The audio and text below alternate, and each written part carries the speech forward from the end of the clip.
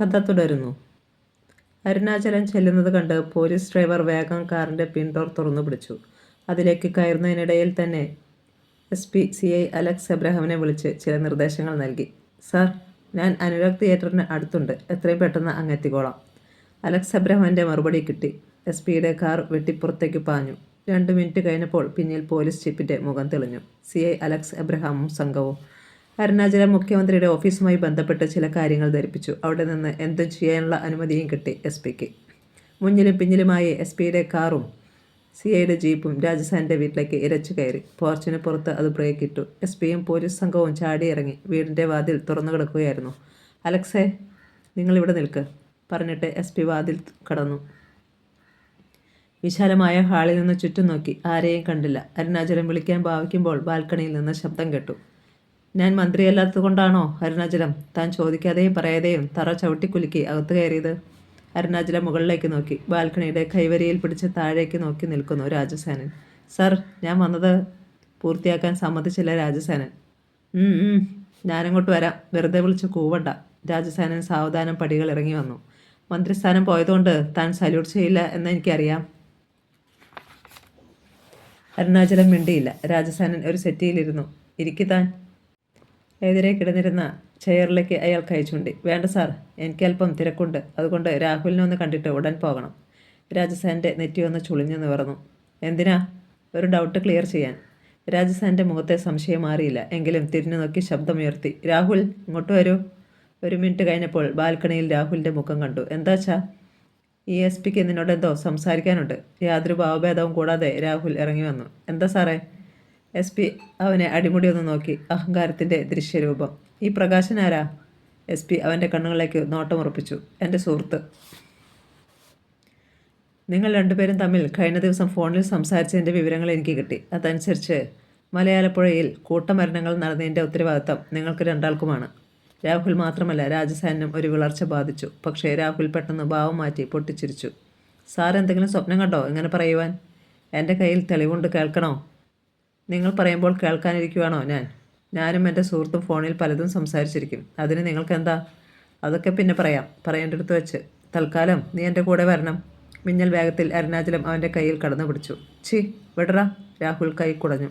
പക്ഷേ SP വിട്ടില്ല. രാജസേനൻ ചാടി എഴുന്നേറ്റു. മിസ്റ്റർ അലക്സാണ്ടർ, ഞാനൊരു ജനപ്രതിനിധിയാണ്. എന്ന് വെച്ചാൽ തന്നേക്കാൾ ഒരുപാട് മുകളിൽ.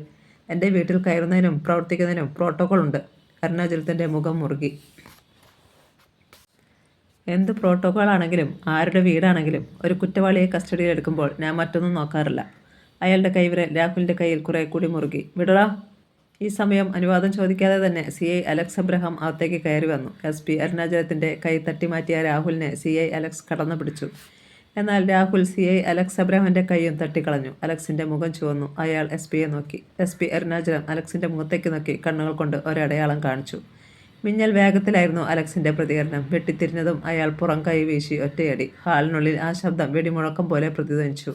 കവിളടക്കം അടിയേറ്റ രാഹുൽ കാറ്റുപിടിച്ച മരം കണക്കെ ഒന്നുലഞ്ഞു. പിന്നെ ഒരു വശം ചെരിഞ്ഞ് തറയിലേക്ക് വീഴാൻ ഭാവിച്ചു.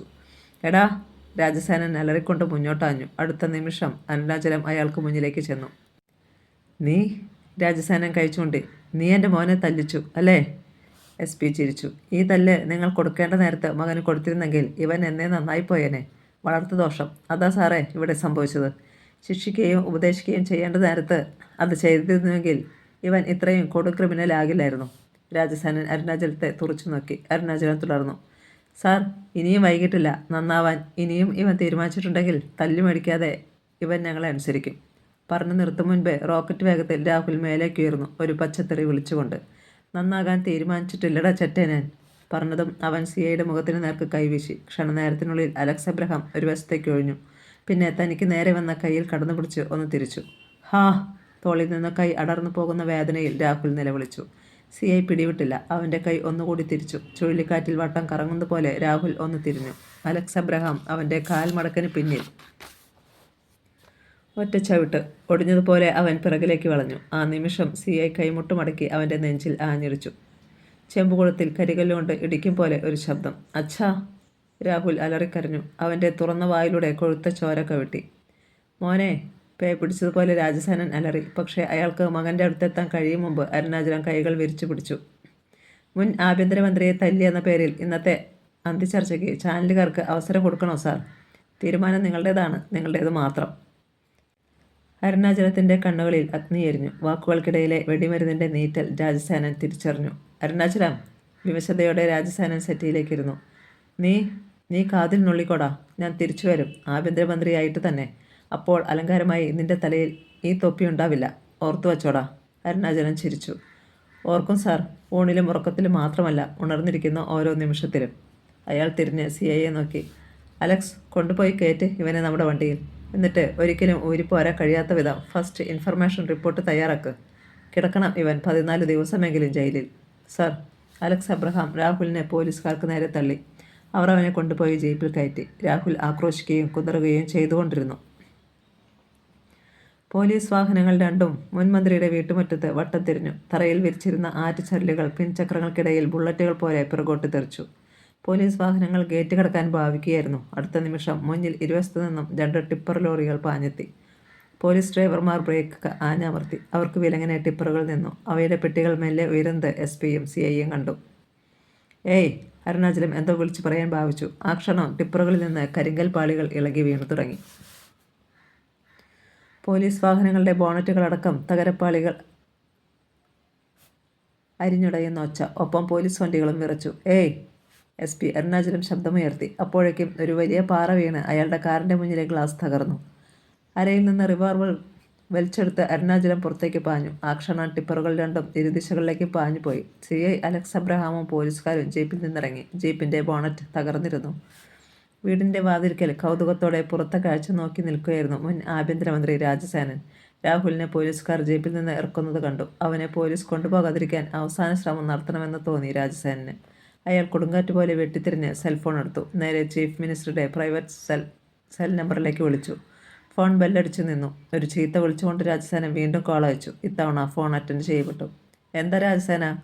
വേലായുധൻ മാസ്റ്ററുടെ ശാന്തതയോടെയുള്ള ചോദ്യം. ഓഹോ, അപ്പോൾ നിങ്ങളൊന്നും അറിഞ്ഞിട്ടില്ല അല്ലേ? അറിയാതെയാണോ കാട്ടുകാളയെ പോലെ ഒരുത്തനെ അഴിഞ്ഞാടാൻ വിട്ടിരിക്കുന്നത്? അപ്പുറത്ത് ഒരു നിമിഷത്തെ മൗനം. പിന്നെ ശാന്തത കൈവടിയാത്ത സ്വരം. കാര്യം പറയാതെ ഞാൻ എങ്ങനെ അറിയാൻ? രാജസേന, കാര്യം പറയാ, എനിക്ക് തിരക്കുണ്ട്. രാജസേനൻ്റെ മുഖം വലിഞ്ഞു മുറുകി. തിരക്ക് നിങ്ങൾക്ക് മാത്രമല്ല, എനിക്കുമുണ്ട്. എൻ്റെ മകനെ അറസ്റ്റ് ചെയ്യാൻ നിങ്ങൾ SP അരുണാചലത്തോട് പറഞ്ഞോ? മറുചോദ്യമാണ് അപ്പുറത്തു നിന്ന് വന്നത്. അതിന് അവൻ എന്തെങ്കിലും തെറ്റ് ചെയ്തോ? എല്ലാം അറിഞ്ഞുകൊണ്ടാണ് CM സംസാരിക്കുന്നതെന്ന് രാജസേനന് ഉറപ്പുണ്ട്. എങ്കിലും കാര്യം ചുരുക്കി പറഞ്ഞു. അവസാനിപ്പിച്ചതെങ്ങനെയും ഈ നിമിഷം അവനെ റിലീസ് ചെയ്യാൻ SP-യോട് പറഞ്ഞേക്കണം. അല്ലെങ്കിൽ കളി മാറും. എൻ്റെ പാർട്ടിക്കാർ ഞാനൊന്ന് ചുണ്ടനക്കാൻ കാത്തിരിക്കുകയാണ്. അവർ SP-യെ വലിച്ചു കീറും. പിന്നെ മന്ത്രിയുടെ പ്രതിച്ഛായയ്ക്ക് മങ്ങലേറ്റു മാങ്ങാത്തൊലി എന്നൊന്നും എന്നോട് പറഞ്ഞേക്കരുത്. വേലായുധൻ മാസ്റ്റർ ഒന്ന് ചിരിച്ചു. രാജസേന, സത്യസന്ധനായ ഒരു പോലീസ് ഉദ്യോഗസ്ഥനാണ് അരുണാചലം. അയാൾ തൻ്റെ മകനെ അറസ്റ്റ് ചെയ്യാൻ വന്നെങ്കിൽ മർഡർ കേസുമായി അവന് ബന്ധമുണ്ടായിരിക്കും. ആ നിലയ്ക്ക് ഞാൻ അരുണാചലത്തോട് എങ്ങനെ അത് പറയും? മാത്രമല്ല, ഞാൻ പറഞ്ഞാലും അയാൾ അനുസരിച്ചില്ലെങ്കിൽ മീഡിയക്കാരുടെ മുന്നിൽ എല്ലാം വെളിപ്പെടുത്തിയാൽ അതോടെ മന്ത്രിസഭ വീണെന്നിരിക്കും. താനും തൻ്റെ മകനും കാട്ടിക്കൂട്ടിയിട്ടുള്ള തോന്നിയാസങ്ങൾ കാരണം എത്ര പേരോട് ഞാൻ മറുപടി പറയേണ്ടി വന്നിട്ടുണ്ടെന്ന് അറിയാമല്ലോ. എങ്കിൽ ഇനി എന്ത് വേണമെന്ന് എനിക്കറിയാം. കാൾ കട്ട് ചെയ്തിട്ട് രാജസേനൻ അരുണാചലത്തിന് നേരെ പാഞ്ഞു ചെന്നു. തൻ്റെ തീരുമാനത്തിന് മാറ്റമില്ലല്ലോ അല്ലേ? ഇല്ല. SP തലയാട്ടി. മാത്രമല്ല, ഈ ചെയ്യിച്ചതിനടക്കം നിങ്ങളെ കൊണ്ട് ഞാൻ കണക്ക് പറയിക്കും. രാജസേനൻ്റെ മുഖത്ത് പുച്ഛഭാവം മിന്നി. ആ ടിപ്പറിൽ വന്നത് എൻ്റെ ആളുകളാണെന്ന് നിങ്ങൾക്ക് തെളിയിക്കാൻ കഴിയില്ല മിസ്റ്റർ അരുണാചലം. നിങ്ങൾക്ക് ഒരുപാട് ശത്രുക്കളുണ്ടല്ലോ. അവരിൽ ആരെങ്കിലും ആവാം ഇത് ചെയ്തത്. പറഞ്ഞിട്ട് അയാൾ രാഹുലിനെ നോക്കി. പേടിക്കാതെ പോയിക്കോടെ നീയ്. രാഷ്ട്രീയക്കാർക്ക് പോലീസ് സ്റ്റേഷനും ജയിലുമൊക്കെ പിക്നിക് കേന്ദ്രങ്ങളാടാ. രാഹുൽ തലയാട്ടി. അമ്മ ഈ നേരത്തെ ഇവിടെ ഇല്ലാതിരുന്നോ നന്നായി എന്ന് അവന് തോന്നി. SP വിളിച്ചതനുസരിച്ച് 2 ബൊലോറോ ജീപ്പുകൾ പാഞ്ഞെത്തി. ഒന്നിൽ രാഹുലിനെയും കയറ്റി CIയും സംഘവും ഒപ്പം കയറി. അടുത്തതിൽ SP-യും വാഹനങ്ങൾ പാഞ്ഞുപോയി. സെക്കൻഡുകൾ കഴിഞ്ഞതേയുള്ളൂ. മീഡിയക്കാരുടെ OB വാൻ അടക്കം മുൻ ആഭ്യന്തരമന്ത്രി രാജസേനൻ്റെ വീട്ടുപടിക്കൽ പാഞ്ഞെത്തി. ക്യാമറ കണ്ണുകൾ തുറന്നു. സർ, എന്താണിത്? ഒരു റിപ്പോർട്ടർ മൈക്രോഫോണുമായി രാജസേനൻ്റെ മുന്നിൽ ഓടിയെത്തി. കാണുന്നില്ലേ, ഇത് തന്നെ കാര്യം. അയാൾ കരിങ്കല്ലുകൾ വീണുകിടക്കുന്ന പോലീസ് വാഹനങ്ങൾക്ക് നേരെ കൈ ചൂണ്ടി. SP അരുണാചലത്തോട് ആരോ പക വീട്ടിയതാ. പക്ഷേ അങ്ങയുടെ മകൻ രാഹുലിനെ മലയാളപ്പുഴ കൂട്ട കൊലപാതകങ്ങളുടെ പേരിൽ SP അറസ്റ്റ് ചെയ്തെന്നും അതിൻ്റെ പേരിൽ അങ്ങ് തന്നെയാണ് ഇത് ചെയ്യിച്ചതെന്നും ഞങ്ങൾക്ക് വിവരം കിട്ടിയിട്ടുണ്ട്. റിപ്പോർട്ടർ വിടാനുള്ള ഭാവമില്ല. എങ്കിൽ കണക്കായിപ്പോയി. രാജസേനൻ്റെ മുഖം ചുവന്നു. നിങ്ങൾക്ക് വിവരം തന്നവരോട് തന്നെ പോയി ചോദിക്കേ. സാർ, ഇത് നിഷേധാത്മക നിലപാടാണ്. മാധ്യമ സ്വാതന്ത്ര്യത്തിന് നേരെയുള്ള ധിക്കാരപരമായ നടപടി. രാജസേനൻ കാറിത്തുപ്പി. മാധ്യമ സ്വാതന്ത്ര്യം കോപ്പ്. എങ്കിൽ നീയൊക്കെ എന്നെ എന്താണെന്ന് വെച്ചാൽ അങ്ങ് കാണിക്ക്. കൂടുതലൊന്നും പറയാൻ നിൽക്കാതെ അയാൾ വീടിനുള്ളിലേക്ക് പോയി. വാർത്തകൾ കേട്ടറിഞ്ഞ ആളുകൾ വാഹനങ്ങളിലും മറ്റും അവിടേക്ക് പാഞ്ഞു വന്നുകൊണ്ടിരുന്നു. ചിലർ പോലീസ് വാഹനങ്ങളുടെ പശ്ചാത്തലത്തിൽ സെൽഫി എടുക്കുകയും ചെയ്തു. എൽസ്വിയുടെ നിർദ്ദേശാനുസരണം വളരെ പെട്ടെന്ന് തന്നെ പോലീസ് അലർട്ടായെങ്കിലും ടിപ്പർ ലോറികൾ കണ്ടെത്താൻ കഴിഞ്ഞില്ല. എല്ലാ സ്റ്റേഷനുകളിലേക്കും വയർലെസ് മെസ്സേജുകൾ പോയി. പത്തനംതിട്ട പൊടുന്നനെ സ്തംഭനാവസ്ഥയിലായി. റിംഗ് റോഡുകളിലൂടെ രാജസേനന്റെ ആയിരക്കണക്കിന് അണികൾ SP ഓഫീസിലേക്ക് മാർച്ച് ചെയ്തു. റോഡുകൾ ബ്ലോക്കായി. പോലീസ് ഗേറ്റടച്ചെങ്കിലും മതിലിനു മുകളിലൂടെ അണികൾ SP ഓഫീസിന്റെ മുറ്റത്തേക്ക് ചാടി. അവിടെ പാർക്ക് ചെയ്തിരുന്ന വാഹനങ്ങളിൽ പലതും അടിച്ചു തകർക്കപ്പെട്ടു. SP-ക്കെതിരെ മുദ്രാവാക്യം വിളികൾ. രാഹുലിനെ വിട്ടുകിട്ടണമെന്ന ആവശ്യം. 2ാം നിലയിലെ തന്റെ ഓഫീസ് റൂമിന്റെ ജനാലക്കർട്ടൻ മാറ്റി അരുണാചലം മുറ്റത്തേക്ക് നോക്കി. കാര്യങ്ങൾ പിടിവിട്ട് പോവുകയാണ് എന്നൊരു തോന്നൽ. കൂടുതൽ പോലീസ് എത്തുവാൻ SP നിർദ്ദേശിച്ചു. എല്ലാം കണ്ടും കേട്ടും പുഞ്ചിരിച്ചുകൊണ്ട് കനത്ത ബന്ദോബസ്തിൽ ഓഫീസിലുണ്ടായിരുന്നു രാഹുൽ. SP അവനെ നോക്കി. നിന്റെ അച്ഛൻ എന്തൊക്കെ പണിയൊരുക്കിയാലും രക്ഷപ്പെടാൻ കഴിയുമെന്ന് കരുതണ്ട. അയാൾ ചെയ്യുന്ന ഓരോന്നിനും മറുപടി നിന്റെ ശിക്ഷ കുരുക്കുകയാവും. രാഹുൽ അപ്പോഴും ചിരിച്ചു. സാറിന് ചെയ്യാവുന്നത് സാർ ചെയ്യേ. എൻ്റെ അച്ഛനാകുന്നത് അദ്ദേഹം ചെയ്തോളും. അടുത്ത നിമിഷം SP-യുടെ സെൽഫോൺ ഇരമ്പി. അരുണാചലം അതെടുത്തു നോക്കി. DGP.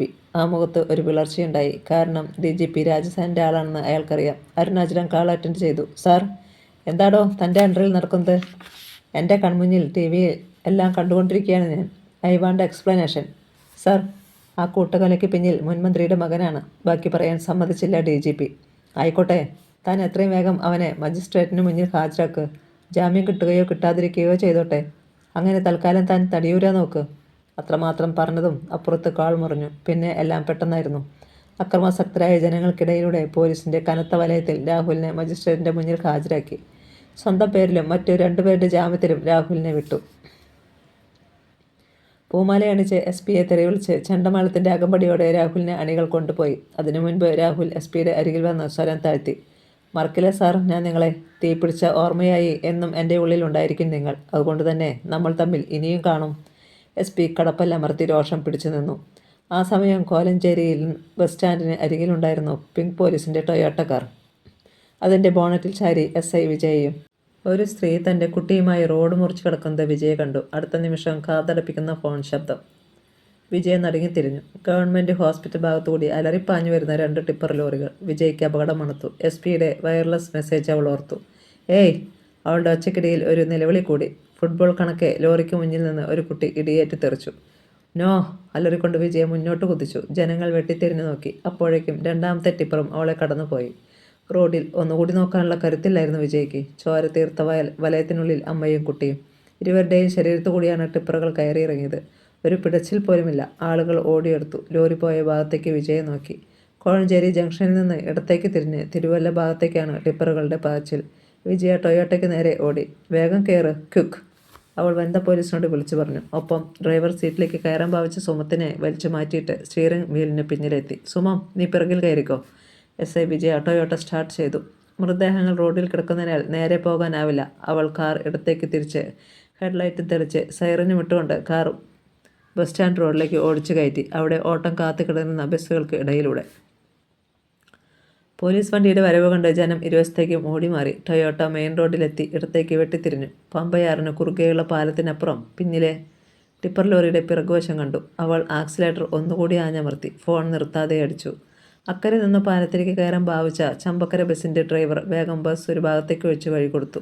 എതിരെ വരുന്ന വാഹനങ്ങളിലുള്ളവർ സ്ലോ ചെയ്ത് പിന്നോട്ട് തിരിഞ്ഞു നോക്കി ടിപ്പറുകാരെ തെറിവിളിക്കുന്നത് കാണാമായിരുന്നു. നിർമ്മലേ, വിജയ പറഞ്ഞു.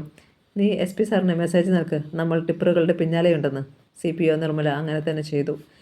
അവരെ വിടരുത്. അപ്പുറത്തു നിന്ന് മറുപടിയും കിട്ടി. ടൊയോട്ടയും ടിപ്പറുകളും തമ്മിലുള്ള അകലം കുറഞ്ഞു വന്നു. പുല്ലാട് ജംഗ്ഷൻ. അവിടെ നിന്ന് വലത്തേക്ക് മല്ലപ്പള്ളി റോഡ്. ടിപ്പറുകൾ അവിടേക്ക് തിരിഞ്ഞു. എതിരെ വന്ന ഒരു ഓട്ടോയിൽ മുന്നിലെ ടിപ്പർ ഉരസി. ഓട്ടോ ഒരു വശം ചരിഞ്ഞു മറിഞ്ഞു. ആ ഗ്യാപ്പിലൂടെ വിജയ ടൊയോട്ട മുന്നോട്ട് ഓടിച്ചു കയറ്റി. 2 ലോറികൾക്ക് മുന്നിൽ എത്തിയതോടെ റോഡിന് നടുവിൽ ഇടത്തേക്ക് തിരിച്ച് കുറുകെ നിർത്തി. എടുത്തു മാറ്റടി വണ്ടി. മുന്നിലെ ടിപ്പറിന്റെ ഡ്രൈവർ തലപ്പുറത്തേക്ക് നീട്ടി അട്ടഹസിച്ചു. വിജയ അത് ശ്രദ്ധിച്ചില്ല. ടിപ്പറിന് പിന്നിലൂടെ ഓട്ടോറിക്ഷ ഡ്രൈവർമാരുടെ ഒരു കൂട്ടം പാഞ്ഞെടുക്കുന്നത് കണ്ടു. അതിനിടെ വിജയ ടിപ്പറിന്റെ ഫുഡ് റെസ്റ്റിൽ ചവിട്ടി കമ്പിയിൽ പിടിച്ച് മേലേക്ക് ഉയർന്നു. ഡോർ വലിച്ചു തുറന്നു. ഡ്രൈവർ പെട്ടെന്ന് ജാക്കി ലീവർ വലിച്ചെടുക്കാൻ ആഞ്ഞു. പക്ഷേ അയാൾക്ക് അതിനുള്ള നേരം കൊടുത്തില്ല വിജയ. ചീറ്റപ്പുലിയെ പോലെ അയാളുടെ ഷർട്ടിൽ കുത്തിപ്പിടിച്ച് അവൾ തൻ്റെ തലയ്ക്ക് മുകളിലൂടെ പിറകിലേക്ക് മറിച്ചു. റോഡിൽ പുറമടിച്ച് അയാൾ മലർന്നു വീണു. വിജയ വീണ്ടും റോഡിലേക്ക് ചാടി. ഡ്രൈവറുടെ നെഞ്ചിൽ ആഞ്ഞാഞ്ഞു ചവിട്ടി. അവളുടെ കാലിൽ പിടിച്ചു മറിക്കാനുള്ള ഡ്രൈവറുടെ ശ്രമവും പാഴായി. വനിതാ പോലീസുകാരും അയാളെ വളഞ്ഞിട്ട് ആക്രമിച്ചു. പിറകിലെ ലോറി ഡ്രൈവറെ ഓട്ടോക്കാർ കൈകാര്യം ചെയ്തു തുടങ്ങിയിരുന്നു. വിജയ ആദ്യത്തെ വണ്ടിയുടെ ഡ്രൈവറെ വലിച്ചുയർത്തി ലോറിയുടെ ഫ്രണ്ട് ടയറിലേക്ക് ചാരി. ശേഷം കാൽമുട്ട് മടക്കി ഒറ്റയിടി അയാളുടെ അടിവയറ്റിൽ. ഒരു പാവം സ്ത്രീയെയും കുഞ്ഞിനെയും കൊന്നിട്ട് നീ ആർക്ക് കൊള്ളിവയ്ക്കാൻ പോവുകയാടാ? എന്തോ പറയാനായി ഡ്രൈവർ വാ തുറന്നു. പക്ഷെ പുറത്തേക്ക് വന്നത് കൊഴുത്ത ചോരയാണ്. സാർമാരൊന്നും മാറിത്താ, ഇവൻ്റെ കാര്യം ഞങ്ങളേറ്റു. ഓട്ടോക്കാരും ഡ്രൈവറെ വളഞ്ഞു. ഓട്ടോക്കാർ കൂടി ടിപ്പർ ഡ്രൈവറെ കൈവച്ചാൽ ഇയാളുടെ മരണത്തിന് താൻ ഉത്തരവാദിത്വം ഏൽക്കേണ്ടി വരുമെന്ന് SI വിജയ്ക്ക് ഉറപ്പായി. ഏയ് വേണ്ട. അവൾ ഡ്രൈവർക്ക് മുന്നിലേക്ക് കയറി നിന്ന് കൈകൾ വിരിച്ചു പിടിച്ചു. നിർമ്മലയും ശാന്തിനിയും അമലയും സുമവും കൂടി അവളെ സഹായിക്കാനെത്തി. അല്ല സാറുമാരെ, ഇവനെയൊക്കെ ഇങ്ങനെ കയറൂരി വിട്ടാൽ അത് ഈ നാടിന് ആപത്താ. കേരളത്തിൽ ഏറ്റവും കൂടുതൽ അപകടം ഉണ്ടാക്കുന്നത് ഇവന്മാരാ. മുന്നിൽ നിന്ന ഓട്ടോ ഡ്രൈവർമാർക്ക് ദേഷ്യം അടങ്ങുന്നില്ല. ഒരു ജോലി ചെയ്യുന്നവരെ ഒന്നടങ്കം ആക്ഷേപിക്കുന്നത് ശരിയല്ല സുഹൃത്തെ. മാന്യമായി വണ്ടി ഓടിക്കുന്നവർ എത്രയോ പേരുണ്ട്. വിജയ അയാളെ സാന്ത്വനിപ്പിക്കാൻ ശ്രമിച്ചു. രണ്ടാമത്തെ ടിപ്പർ ഡ്രൈവർ റോഡിൽ കിടന്നു ഞരങ്ങുന്നത് വിജയെ കാണുകയും ചെയ്തു. പുല്ലാട് ജംഗ്ഷനിലുണ്ടായിരുന്ന ജനങ്ങൾ മുഴുവൻ അവിടെ തടിച്ചുകൂടിയിരുന്നു. അടുത്ത നിമിഷം ഒരു പോലീസ് വാഹനത്തിൻ്റെ മോളിൽ കേട്ടു. വിജയ തിരിഞ്ഞു നോക്കി. വെണ്ണിക്കുളം സ്റ്റേഷനിലെ പോലീസ്. ജനങ്ങൾക്ക് പിന്നിൽ വന്നു നിന്ന ബൊലേറോയിൽ നിന്ന് പോലീസ് സംഘം ഇറങ്ങി. മാറി നിൽക്കാൻ. ജനങ്ങളെ ഇരുവശത്തേക്ക് നീക്കി SIയും സംഘവും മുന്നിലെത്തി. രംഗമാകെ വീക്ഷിച്ച് SI വിജയെ നോക്കി ശബ്ദം താഴ്ത്തി. നമുക്ക് പണിയാകുമോ വിജയെ? ഇവന്മാർ തട്ടിപ്പോകുമോ? അതൊന്നുമില്ല. കല്ലിൽ വെച്ച് അരച്ചാലും ചാകാത്തനമ്മ. കോഴഞ്ചേരിയിൽ ഒരമ്മയുടെയും കുട്ടിയുടെയും ശവം ചതഞ്ഞരിഞ്ഞ് കിടപ്പുണ്ട് ഇവന്മാർ കാരണം.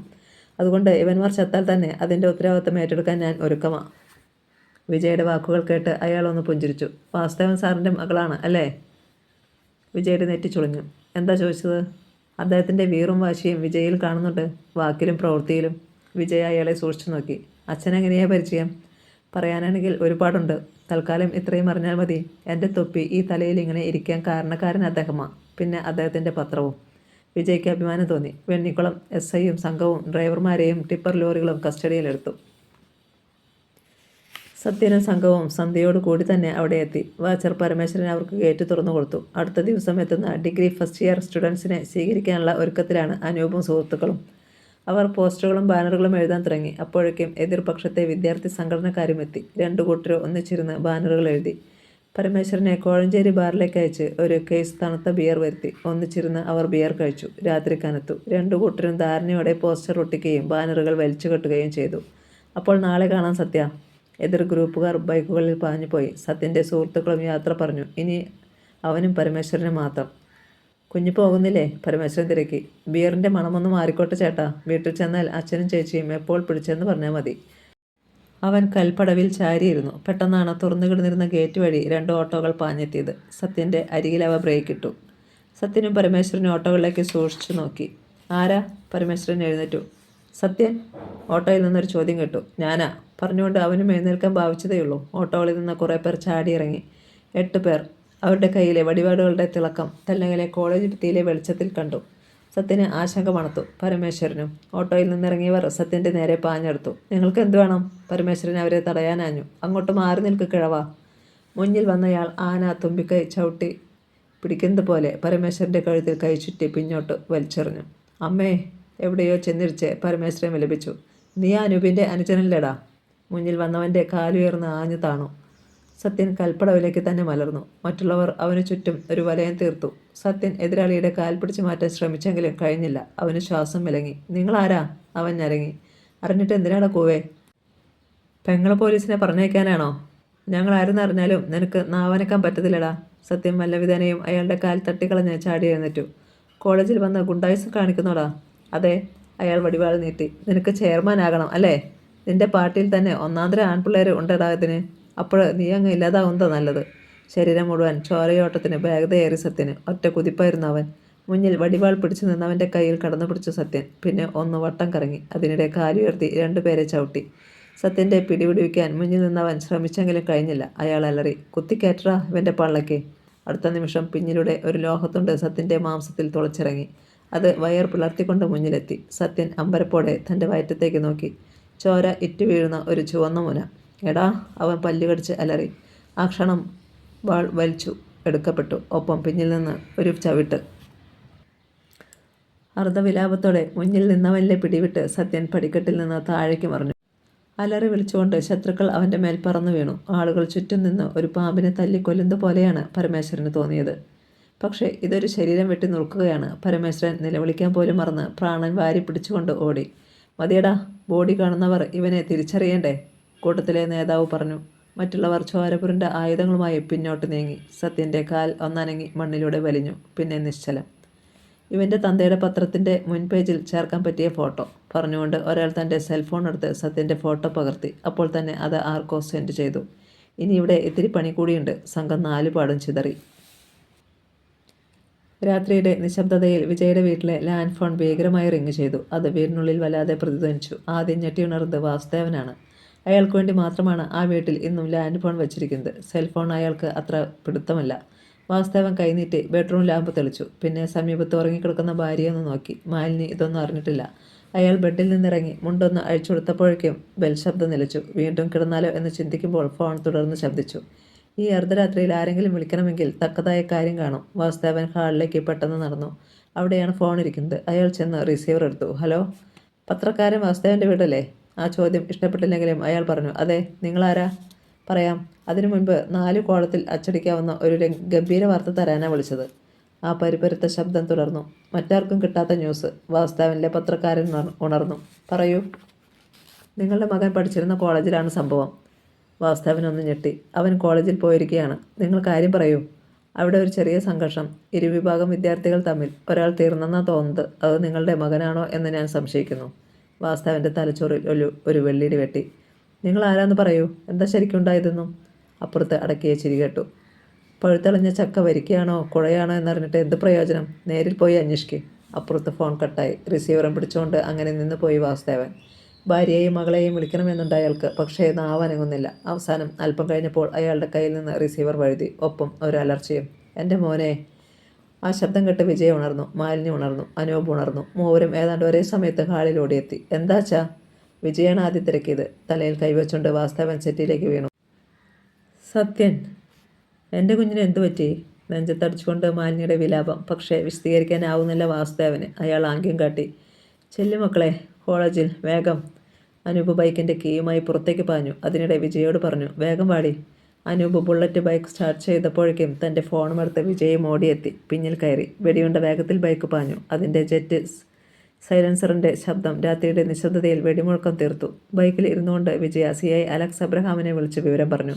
ബൈക്ക് കയറ്റം കയറി കോളേജിലേക്ക് എത്തുമ്പോഴേ ഹെഡ്ലൈറ്റിൻ്റെ വെളിച്ചത്തിൽ അനൂപ് കണ്ടു കോളേജിലേക്ക് ഓടുന്ന കുറേ പേർ. അവരെ കടന്ന് ബൈക്ക് മുന്നിലെത്തി. തുറന്നു കിടന്നിരുന്ന ഗേറ്റിനപ്പുറം നിർത്തിയതേ വിജയെ ചാടിയിറങ്ങി. തല്ലകലെ ചെറിയൊരു ആൾക്കൂട്ടം, കൂടുതലും പരിസരവാസികൾ. അവിടേക്ക് ഓടുന്നതിനിടയിൽ വിജയെ കണ്ടു.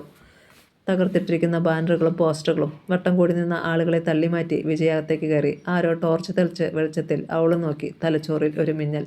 മോനെ സത്യ. വിജയ പിന്നോട്ട് മറിഞ്ഞു. വിലാപം മുറിഞ്ഞു. വിജയ്ക്ക് പിന്നാലെ അവിടേക്ക് ഓടി വന്ന അനൂപ് കാണുന്നത് പെങ്ങൾ വീഴുന്നതാണ്. വിജയെ. അയാൾ അവളെ താങ്ങി എണീൽപ്പിച്ച് ഒരു ഭാഗത്തേക്ക് മാറ്റി. ആരെങ്കിലും കുറച്ച് വെള്ളം കൊണ്ടുവരാമോ? ആരോടൊന്നില്ലാതെയായിരുന്നു അനൂപിൻ്റെ ചോദ്യം. ആ നേരത്തെ എവിടെ നിന്ന് വെള്ളം കൊണ്ടുവരാൻ? എങ്കിലും അവിടെ ഓടിക്കൂടിയിരുന്ന സമീപവാസികളിൽ ഒരു സ്ത്രീ കോളേജ് പൈപ്പിനരികിലേക്ക് ഓടി. ഒരു വാഴയില കീറിയെടുത്ത് അതിൽ വെള്ളം കൊണ്ടുവന്ന് വിജയുടെ മുഖത്തേക്ക് തെളിച്ചു.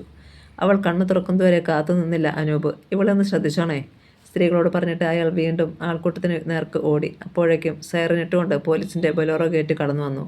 CI അലക്സ് അബ്രഹാമും സംഘവും. അവരും ഓടിയെത്തി. ആരോ അവർക്കും ടോർച്ച് തെളിച്ചു കൊടുത്തു. ആ വെളിച്ചത്തിൽ അനൂപും പോലീസ് ഉദ്യോഗസ്ഥരും കണ്ടു. ചേറിൽ ചവിട്ടി കുഴച്ചിട്ടിരിക്കുന്ന പോലെ ചോരയിൽ കുളിച്ച് അവൻ. സത്യൻ. ഉപ്പു വീണതുപോലെ അനൂപിൻ്റെ കണ്ണുനീറി. നെഞ്ചിലേക്ക് തിരമാല കണക്കെ ഒരു നിലവിളി ആർത്തലച്ചു വന്നു. സത്യ. ദിക്കറിയാത്തവനെ പോലെ തലയിൽ കൈവച്ച് അനൂപ് അവിടെ കുത്തിയിരുന്നു. അല്പനേരം കഴിഞ്ഞു. അനൂപിൻ്റെ തോളിൽ ഒരു കരം അമർന്നു. അയാൾ മെല്ലെ തിരിഞ്ഞു. CI Alex Abraham. അനൂപ് വരൂ. സാർ. പിടിച്ചു നിർത്തിയിരുന്ന അനൂപിൻ്റെ നിലവിളി ഉച്ചത്തിലായി. ഇവനെ ഒന്ന് ഹോസ്പിറ്റലിൽ കൊണ്ടുപോയാലോ? ജീവൻ്റെ ഒരു കണികയെങ്കിലും ബാക്കിയുണ്ടെങ്കിലോ? ഒരു നിമിഷം നേരത്തേക്ക് മിണ്ടിയില്ല CI. പിന്നെ അയാളുടെ ചുണ്ട് ചലിച്ചു. സോറി അനൂപ്. അനൂപിൻ്റെ കണ്ണുകളിൽ ഇരുൾ തിങ്ങി. മണിക്കൂറുകൾക്ക് മുൻപ് വരെ കൂടെയുണ്ടായിരുന്ന അനുജൻ, നാളെ ന്യൂ കമേഴ്സിനെ വരവേൽക്കാൻ കാത്തുനിന്നവൻ, ഇപ്പോൾ അവനില്ല. ആ മഹായാഥാർത്ഥ്യം അംഗീകരിക്കാൻ കഴിയുന്നില്ല അനൂപിൻ്റെ മനസ്സിന്. ക്യാമ്പസ് രാഷ്ട്രീയത്തിൻ്റെ പുതിയൊരു രക്തസാക്ഷി കൂടി. അലക്സ് അബ്രഹാം അനൂപിനെ അല്പം ബലമായി തന്നെ അവിടെ നിന്ന് മാറ്റി വിജയുടെ അരികിൽ കൊണ്ടിരുത്തി. വിജയ്ക്ക് സ്വബോധം വീണ്ടും കിട്ടിയിരുന്നു. സ്ത്രീകൾ ബലമായി അവളെ പിടിച്ചിരുത്തിയിരിക്കുകയായിരുന്നു. ഏട്ടനെ കണ്ടതോടെ അവളുടെ സങ്കടം വീണ്ടും അണപ്പൊട്ടി. തേങ്ങലോടെ അവൾ അനൂപിൻ്റെ മടിയിലേക്ക് വീണു. CI അലക്സ് അബ്രഹാം ജനങ്ങളിൽ നിന്ന് കാര്യങ്ങൾ കുറേയൊക്കെ ചോദിച്ചറിഞ്ഞു. കൊലപാതകം നേരിൽ കണ്ട വാച്ചർ പരമേശ്വരന് ഓടിപ്പോയി ജനങ്ങളെ വിവരമറിയിച്ചത്. എല്ലാവരും ഓടിയെത്തിയപ്പോഴേക്കും അക്രമി സംഘം രക്ഷപ്പെട്ടിരുന്നു. അലക്സ് അബ്രഹാം പരമേശ്വരനെ തിരഞ്ഞു. പക്ഷേ അയാളെ പിന്നീട് ആരും കണ്ടില്ല. തുടർന്ന് കൂടുതൽ പോലീസിനെ കോളേജിലേക്ക് വിന്യസിക്കപ്പെട്ടു. വിവരമറിഞ്ഞ അനൂപിൻ്റെ പാർട്ടിക്കാർ പാഞ്ഞെത്തി തുടങ്ങി. നേരം പുലരും മുൻപ് തന്നെ എതിർ വിദ്യാർത്ഥി ഗ്രൂപ്പാണ് കൊലപാതകത്തിന് പിന്നിലെന്ന് ചാനലുകളിൽ വാർത്ത പ്രത്യക്ഷപ്പെട്ടു. നടപടികൾ പൂർത്തിയാക്കി മൃതദേഹം പോലീസ് ഏറ്റെടുത്തു. കൊടികളും ബാനറുകളും പോസ്റ്ററുകളും തകർക്കപ്പെട്ടിരിക്കുന്നത് സത്യൻ്റെ എതിർ ഗ്രൂപ്പുകാരുടേതാണ്. സത്യനും മറ്റുമാണ് അത് ചെയ്തതെന്നും അതിൻ്റെ പകയാണ് ആ കൊലപാതകമെന്നും വാർത്ത പരന്നു. തങ്ങൾ സൗഹാർദ്ദത്തോടെ എല്ലാം ചെയ്തതിനു ശേഷമാണ് ഇതൊക്കെ നടന്നതെന്ന എതിർകക്ഷികളുടെ ശബ്ദം ആരും മുഖവിലക്കെടുത്തില്ല. രാത്രി അവിടെ ഉണ്ടായിരുന്നു എന്ന് സമ്മതിച്ച വിദ്യാർത്ഥി നേതാക്കൾ അറസ്റ്റിലായി. അപ്പോഴും ഒരു ചോദ്യം ബാക്കി നിന്നു. എല്ലാത്തിനും ഐ വിറ്റ്നസ്സായ വാച്ചർ പരമേശ്വരൻ എവിടെ? പോലീസ് പരമേശ്വരനെ ഒരുപാട് തിരഞ്ഞു. കണ്ടെത്താനായില്ല. വൈകിട്ട് കോളേജിലേക്ക് പോന്ന ശേഷം തിരികെ എത്തിയിട്ടില്ലെന്ന് വീട്ടുകാർ ഉറപ്പിച്ചു പറഞ്ഞു. പിന്നെ പരമേശ്വരൻ എങ്ങോട്ട് പോയി? SP അരുണാചലവും CI അലക്സ് അബ്രഹാമും തല പുകച്ചു. അന്ന് സത്യൻ്റെ പോസ്റ്റ്മോർട്ടം നടന്നെങ്കിലും സംസ്കാരം ഉണ്ടായില്ല. പിറ്റേന്ന് കോളേജിൽ പൊതുദർശനത്തിന് വെച്ചതിന് ശേഷമേ അതുണ്ടാവൂ. പതിവുകൾക്ക് വിരുദ്ധമായി ആ ദിവസം ഹർത്താൽ വേണ്ടെന്നും പകരം വിദ്യാർത്ഥികൾ പഠിപ്പ് മുടക്കി സമരം ചെയ്യുമെന്നും നേതാക്കൾ അറിയിച്ചിട്ടുണ്ട്. അലക്സെ, തൻ്റെ ഓഫീസിൽ എതിരെയിരിക്കുന്ന CIയെ SP അരുണാചലം നോക്കി. Sir, CI മുന്നോട്ടാഞ്ഞിരുന്നു. നമുക്ക് മുന്നിൽ കുറച്ച് മണിക്കൂറുകളുണ്ട്. കൊല്ലപ്പെട്ട യുവാവിൻ്റെ ശവസംസ്കാരത്തിന് മുമ്പ് യഥാർത്ഥ പ്രതികളെ കസ്റ്റഡിയിൽ എടുത്തിരിക്കണം. അത് വേണ്ടെന്ന് ഏത് കൊമ്പത്തു നിന്ന് വിളിച്ചു പറഞ്ഞാലും കാര്യമാക്കണ്ട. എന്ത് കോൺസിക്വൻസസ് ഉണ്ടായാലും ഇക്കാര്യത്തിൽ ഉത്തരവാദിത്തം മുഴുവൻ എൻ്റേതാണ് സാർ. അലക്സ് അബ്രഹാം പിടഞ്ഞുണർന്നു. സാറിൻ്റെ ഈ ഒരു ഉറപ്പ് മാത്രം എനിക്ക് മതി. അയാൾ പെട്ടെന്ന് എഴുന്നേറ്റ് സല്യൂട്ട് ചെയ്തു. SP തുടർന്നു. ഇപ്പോൾ കസ്റ്റഡിയിലുള്ള വിദ്യാർത്ഥികൾ നിരപരാധികളാണ്. പക്ഷേ അത് നമ്മൾ പുറത്തു കാണിക്കരുത്. കൊലയാളികൾ സ്വാതന്ത്ര്യത്തോടെ പുറത്തിറങ്ങാൻ അത് സഹായകരമാകും സാർ. പിന്നെ ആ വാച്ചിനെക്കുറിച്ച് എന്ത് സൂചന കിട്ടിയാൽ ഉടൻ തന്നെ എന്നെ വിളിക്കണം. അയാളെ കണ്ടാൽ നമുക്ക് നിജസ്ഥിതി ബോധ്യമാകും. എത്ര വിശ്വസ്തരെ വേണമെങ്കിലും ഞാൻ തനിക്കൊപ്പം അയക്കാം. റിക്കാർഡിൽ ബ്ലാക്ക് മാർക്ക് ഇല്ലാത്തവരെ. SP തൻ്റെ മുന്നിലിരുന്ന ലാപ്ടോപ്പിൽ പോലീസുകാരുടെ ഫയൽ പരിശോധിക്കാൻ തുടങ്ങി. അലക്സ് അബ്രഹാം ഒന്നുകൂടി അറ്റൻഷനായിട്ട് അവിടെ നിന്നിറങ്ങി. പരമേശ്വരനെ എങ്ങനെയും കണ്ടെത്തണം, അതായിരുന്നു CIയുടെ മനസ്സിൽ. ആ നേരത്ത് പരമേശ്വരൻ ഒരിടത്തുണ്ടായിരുന്നു. ഒരുപാട് കാലമായി ഉപയോഗിക്കാതെ കിടന്നിരുന്ന ഒരു റൈസ് മില്ലിൽ. ഭിത്തികളിലും മേൽക്കൂരയിൽ നിന്ന് തൂങ്ങി കിടന്ന മാറാലകളുമൊക്കെ തവിട് പറ്റിയിരിക്കുകയാണ്. മേൽക്കൂരയിലെ ഉത്തരത്തിൽ നിന്ന് തൂങ്ങിക്കിടന്നിരുന്ന കയറിൽ ബന്ധിതനാണ് പരമേശ്വരൻ. അയാളുടെ കൈകൾ മുകളിലേക്ക് ഉയർത്തിയ നിലയിൽ കെട്ടിയിരിക്കുന്നു. ഷർട്ട് വലിച്ചു കീറിയ നിലയിലാണ്. ശരീരം മുഴുവൻ അടിയേറ്റ് തിണർത്ത പാടുകൾ. മൂക്കിൽ നിന്ന് 2 ചുവന്ന വര പോലെ ഒലിച്ചിറങ്ങി ഉണങ്ങിയ ചോര. കഴുത്ത് ഒടിഞ്ഞതുപോലെ ഇടത് തോളിലേക്ക് തലമുട്ടി നിൽക്കുന്നു. അടഞ്ഞ കണ്ണുകൾ. അയാളെ കാണത്തക്ക വിധം കുറച്ചകലെയിരുന്ന് മദ്യപിക്കുകയാണ് 8 പേർ. അവരിൽ ഒരാൾ ഗ്ലാസ്സിൽ അവശേഷിച്ച മദ്യം വായിലേക്ക് കമഴ്ത്തിയിട്ട് പുറം കൈകൊണ്ട് ചുണ്ടു തുറച്ചു. പിന്നെ മുന്നിലെ പാത്രത്തിൽ നിന്ന് പൊറോട്ട എടുത്ത് മുറിച്ച് ചിക്കൻ ചാറിൽ മുക്കി വായിലേക്ക് വെച്ചു. ഈ കിഴവനെ നോക്കിക്കൊണ്ട് എത്ര നേരം നമ്മളിങ്ങനെ ഇരിക്കണം? മറ്റൊരാൾ അസ്വസ്ഥനായി. കൊന്നു കുഴിച്ചു മൂടാനാണെങ്കിൽ എത്ര എളുപ്പമാ? രണ്ടാമൻ ചിരിച്ചു. ഏതായാലും ആളെ കൂട്ടാൻ പോയ ഇയാളെ കൈയോടെ കിട്ടിയത് നന്നായി. അല്ലെങ്കിൽ അവിടെ യഥാർത്ഥത്തിൽ നടന്നതെന്താണെന്ന് പുറത്തറിഞ്ഞേനെ. അയാൾ കാലിയായ മിനറൽ വാട്ടറിൻ്റെ ബോട്ടിൽ മുറിയുടെ മൂലയിൽ കിടന്നിരുന്ന വേസ്റ്റിലേക്ക് വലിച്ചെറിഞ്ഞു. അടുത്ത നിമിഷം അവിടെ നിന്ന് ഒരു ചീറ്റൽ കേട്ടു. ഏവരും അവിടേക്ക് നോക്കി. ഒരു കരിമൂർക്കൻ പണമിടർത്തി നിൽക്കുന്നു. അതിൻ്റെ താമസ സ്ഥലത്തേക്ക് കുപ്പിയെറിയാൻ നിന്നോട് പറഞ്ഞോടാ. അവർ പാമ്പിനെ ശ്രദ്ധിക്കാതെ മദ്യസേവ തുടർന്നു. കിഴവനെ കിട്ടിയതുകൊണ്ട് നമ്മുടെ അക്കൗണ്ടുകളിൽ ഓരോ ലക്ഷം കൂടിയായി. അതുവരെ മിണ്ടാതിരുന്നവർ ചിരിച്ചു. അടുത്ത നിമിഷം നേതാവിൻ്റെ ഫോൺ ശബ്ദിച്ചു. അയാൾ അതെടുത്ത് നോക്കി. പിന്നെ മറ്റുള്ളവരോട് ശബ്ദം താഴ്ത്തി. സാറാണ്. അവരും കാതു കൂർപ്പിച്ചു. നേതാവ് ഫോൺ കാതിലമർത്തി. പറയൂ സാർ. അയാൾ എന്തിയേ? ആ വാച്ചർ ഇവിടെയുണ്ട് സാർ. പ്രശ്നമൊന്നുമില്ലല്ലോ? ഇല്ല സാർ. ഞങ്ങളിരിക്കുന്നിടത്ത് പ്രശ്നമുണ്ടാക്കാൻ ആരെങ്കിലും വരുമോ? നേതാവ് ചിരിച്ചു. അതുകൊണ്ടല്ലേ ഇവിടുത്തെ സ്ഥിരം ടീമിനെ ഉപയോഗിക്കാതെ ഞാൻ നിങ്ങൾ തന്നെ വരുത്തിയത്. അപ്പുറത്തു നിന്നും ചിരി കേട്ടു. പിന്നെ പറഞ്ഞ പണം നിങ്ങൾ തന്നിരുന്ന അക്കൗണ്ട് നമ്പറുകളിലേക്ക് കൈമാറിയിട്ടുണ്ട്. Thank you sir. ഇനി ഞങ്ങൾ എന്ത് ചെയ്യണം? സന്ധ്യ വരെ നോക്കുക. പിന്നെ പതിഞ്ഞ ശബ്ദത്തിൽ അപ്പുറത്ത് നിന്നിരുന്ന വാക്കുകൾ നേതാവിൻ്റെ കാതുകളിലേക്ക് വീണുകൊണ്ടിരുന്നു. മറ്റുള്ളവർ അയാളെ തന്നെ ശ്രദ്ധിച്ചുകൊണ്ടിരിക്കുകയാണ്. ആ മുഖത്ത് ഓരോ ഭാവവും മാറി മാറി വരുന്നത് അവർ കണ്ടു. അവസാനം ശരി സാർ എന്ന് പറഞ്ഞിട്ട് അയാൾ കാൾ മുറിച്ചു. ശേഷം ടീമിനെ നോക്കി. സാർ ഉദ്ദേശിക്കുന്നത് പോലെ കാര്യം നടന്നാലും ഇല്ലെങ്കിലും വരുന്ന ഒറ്റ രാത്രി കൊണ്ട് നമ്മുടെ ജോലി തീരും. അത് കഴിഞ്ഞ് മടക്കാം. കൂടുതൽ സമയം ഇവിടെ നിന്നാൽ കുഴപ്പമാണെന്നാണ് സാറ് പറഞ്ഞത്. ഇവിടുത്തെ SP അരുണാചലം വേട്ടപ്പട്ടിയെപ്പോലെ ദാ ആ കിഴവനെ തേടിക്കൊണ്ടിരിക്കുകയാണ്. അയാൾ പരമേശ്വരൻ്റെ നേർക്ക് കൈ ചൂണ്ടി. അപ്പോൾ നമുക്ക് ഇനി കഴിക്കാനും കുടിക്കാനും ഉള്ളത്? ഒരാൾക്ക് അതിലാണ് സങ്കടം. ഇതൊക്കെ ഇപ്പം തീരും. അത് സാരമില്ല, ഒരാൾ മാത്രം ഇവിടെ നിന്ന് നമ്മുടെ ഓട്ടോ കിടക്കുന്നിടത്തേക്ക് പോവുക. ബുക്കും പേപ്പറും ക്ലിയർ ആയിരുന്നതിനാൽ പേടിക്കാനില്ല. മാത്രമല്ല നമ്മുടെ ഓട്ടോയുടെ നമ്പറും ഇതുവരെ ആരും അറിഞ്ഞിട്ടില്ല. അക്കാര്യത്തിനും തീരുമാനമായി. ഇനി നമ്മൾ ഏറ്റെടുക്കാൻ പോകുന്ന മുണ്ടക്കയത്തെ കേസ് ഇത്തിരി റിസ്ക്കാണ്. നേതാവ് പെട്ടെന്ന് ഓർത്തുപോലെ പറഞ്ഞു. ലയത്തിൽ കയറി വേണം ആ പെണ്ണിനെ പൊക്കാൻ. മറ്റുള്ളവർ പരസ്പരം നോക്കി. ഏതായാലും അഡ്വാൻസ് മേടിച്ചു പോയില്ലേ?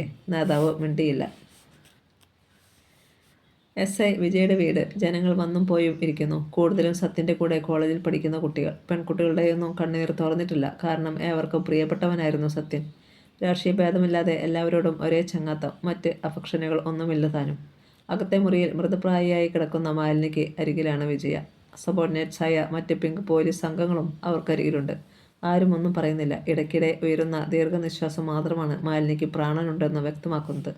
ഹാളിലുണ്ടായിരുന്നു വാസുദേവൻ. അയാൾക്കരികിൽ സ്ഥലത്തെ പ്രമുഖരായ പലരുമുണ്ട്. ഉള്ളിൽ കരച്ചിലിൻ്റെ കടൽ ഇരമ്പുകയാണെങ്കിലും അതൊക്കെ അടക്കിപ്പിടിച്ച് മറ്റുള്ളവരോട് വളരെ സൗമ്യതയോടെ സംസാരിക്കുകയാണ് വാസുദേവൻ. സ്വന്തം പത്രത്തിൽ മകൻ്റെ കൊലപാതക വാർത്ത അച്ചടിക്കേണ്ടി വന്ന ഒരച്ഛൻ്റെ ഗതികേട്. സത്യൻ്റെ മൃതദേഹം കോഴഞ്ചേരിയിലെ പൊയ്യാനിയിൽ ഹോസ്പിറ്റൽ മോർച്ചറിയിലാണ് സൂക്ഷിച്ചിരിക്കുന്നത്.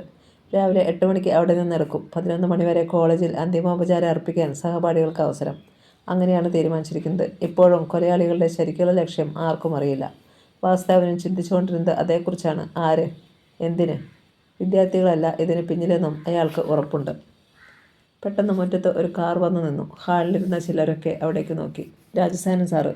ആരോ മന്ത്രിക്കുന്നത് കേട്ട് വാസുദേവൻ തല ഉയർത്തി. അപ്പോഴേക്കും മുൻമന്ത്രി വാതിൽ കടന്നു വന്നു. വാസുദേവനൊഴികെ എല്ലാവരും എഴുന്നേറ്റു. എല്ലാവരെയും ഒന്ന് നോക്കിയിട്ട് രാജസേനൻ വാസുദേവൻ്റെ അരികിലിരുന്നു. അയാളുടെ കൈകൾ ചേർത്ത് പിടിച്ചു. വാസുവേട്ടാ, സത്യനെക്കുറിച്ച് ഓർത്തിട്ട് ഇന്നലെ ഞാൻ ഉറങ്ങിയില്ല. ചേട്ടനെ എങ്ങനെ ആശ്വസിപ്പിക്കണമെന്നും അറിയില്ല. എന്നാലും അവൻ്റെ കൂട്ടുകാർ തന്നെ. ആ വാചകത്തിൽ വാസുദേവന് സംശയം മണത്തു. വാസുദേവൻ രാജസേനൻ്റെ മുഖത്തേക്ക് സൂക്ഷിച്ചു നോക്കി. ഗൂഢമായ ഒരു മന്ദഹാസം അവിടെ ഒളിഞ്ഞിരിപ്പുണ്ടോ? രാജസേനൻ തുടർന്നു. ഇക്കാലത്ത് ആരെയും വിശ്വസിക്കാൻ കഴിയില്ല വാസുവേട്ടാ. എപ്പോഴാ എങ്ങനെ ചതിക്കുന്നതെന്നൊക്കെ ആർക്കറിയാം? വാസുദേവന് നീരസം തോന്നി. അതിന് അവൻ്റെ സുഹൃത്തുക്കൾ തന്നെയാണത് ചെയ്തതെന്ന് നമുക്കെങ്ങനെ ഉറപ്പിച്ചു പറയാൻ പറ്റും സാറേ? കലക്കവെള്ളത്തിൽ മീൻ പിടിക്കുന്ന തന്ത്രം മറ്റാരെങ്കിലും പയറ്റിയതാണെങ്കിലോ? രാജസേനൻ്റെ കണ്ണുകൾ ഒന്നിടങ്ങി. അല്ല, ചില ഉന്നത പോലീസ് ഉദ്യോഗസ്ഥരിൽ നിന്ന് എനിക്ക് കിട്ടിയ വിവരമാണിത്. വാസുദേവൻ കടുപ്പിച്ച് മൂളിയതല്ലാതെ മറുപടി നൽകിയില്ല.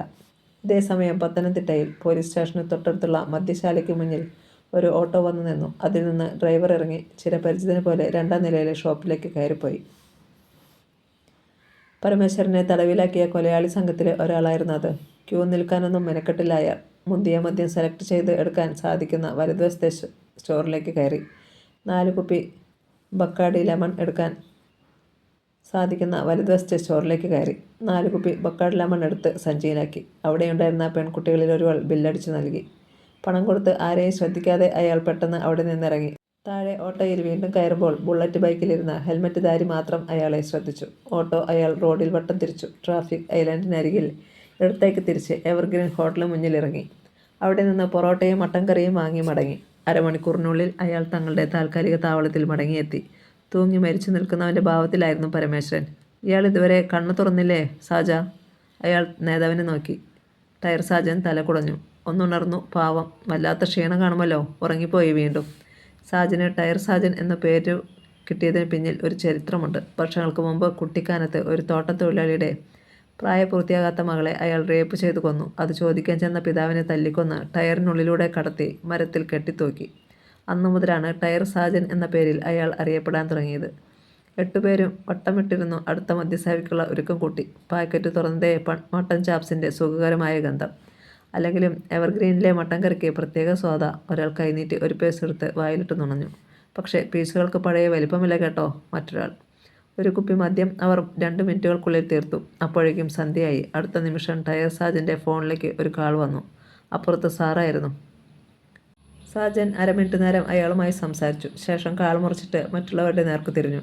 കലാപരിപാടി തുടങ്ങിക്കോളാൻ സാറ് പറഞ്ഞു. അവർ എഴുന്നേറ്റ് തടിമില്ലിന് മുന്നിലെ പലകച്ചട്ടയിലൂടെ സാജൻ പുറത്തേക്ക് നോക്കി. ആ പരിസരത്തെങ്ങും ആരുമില്ല.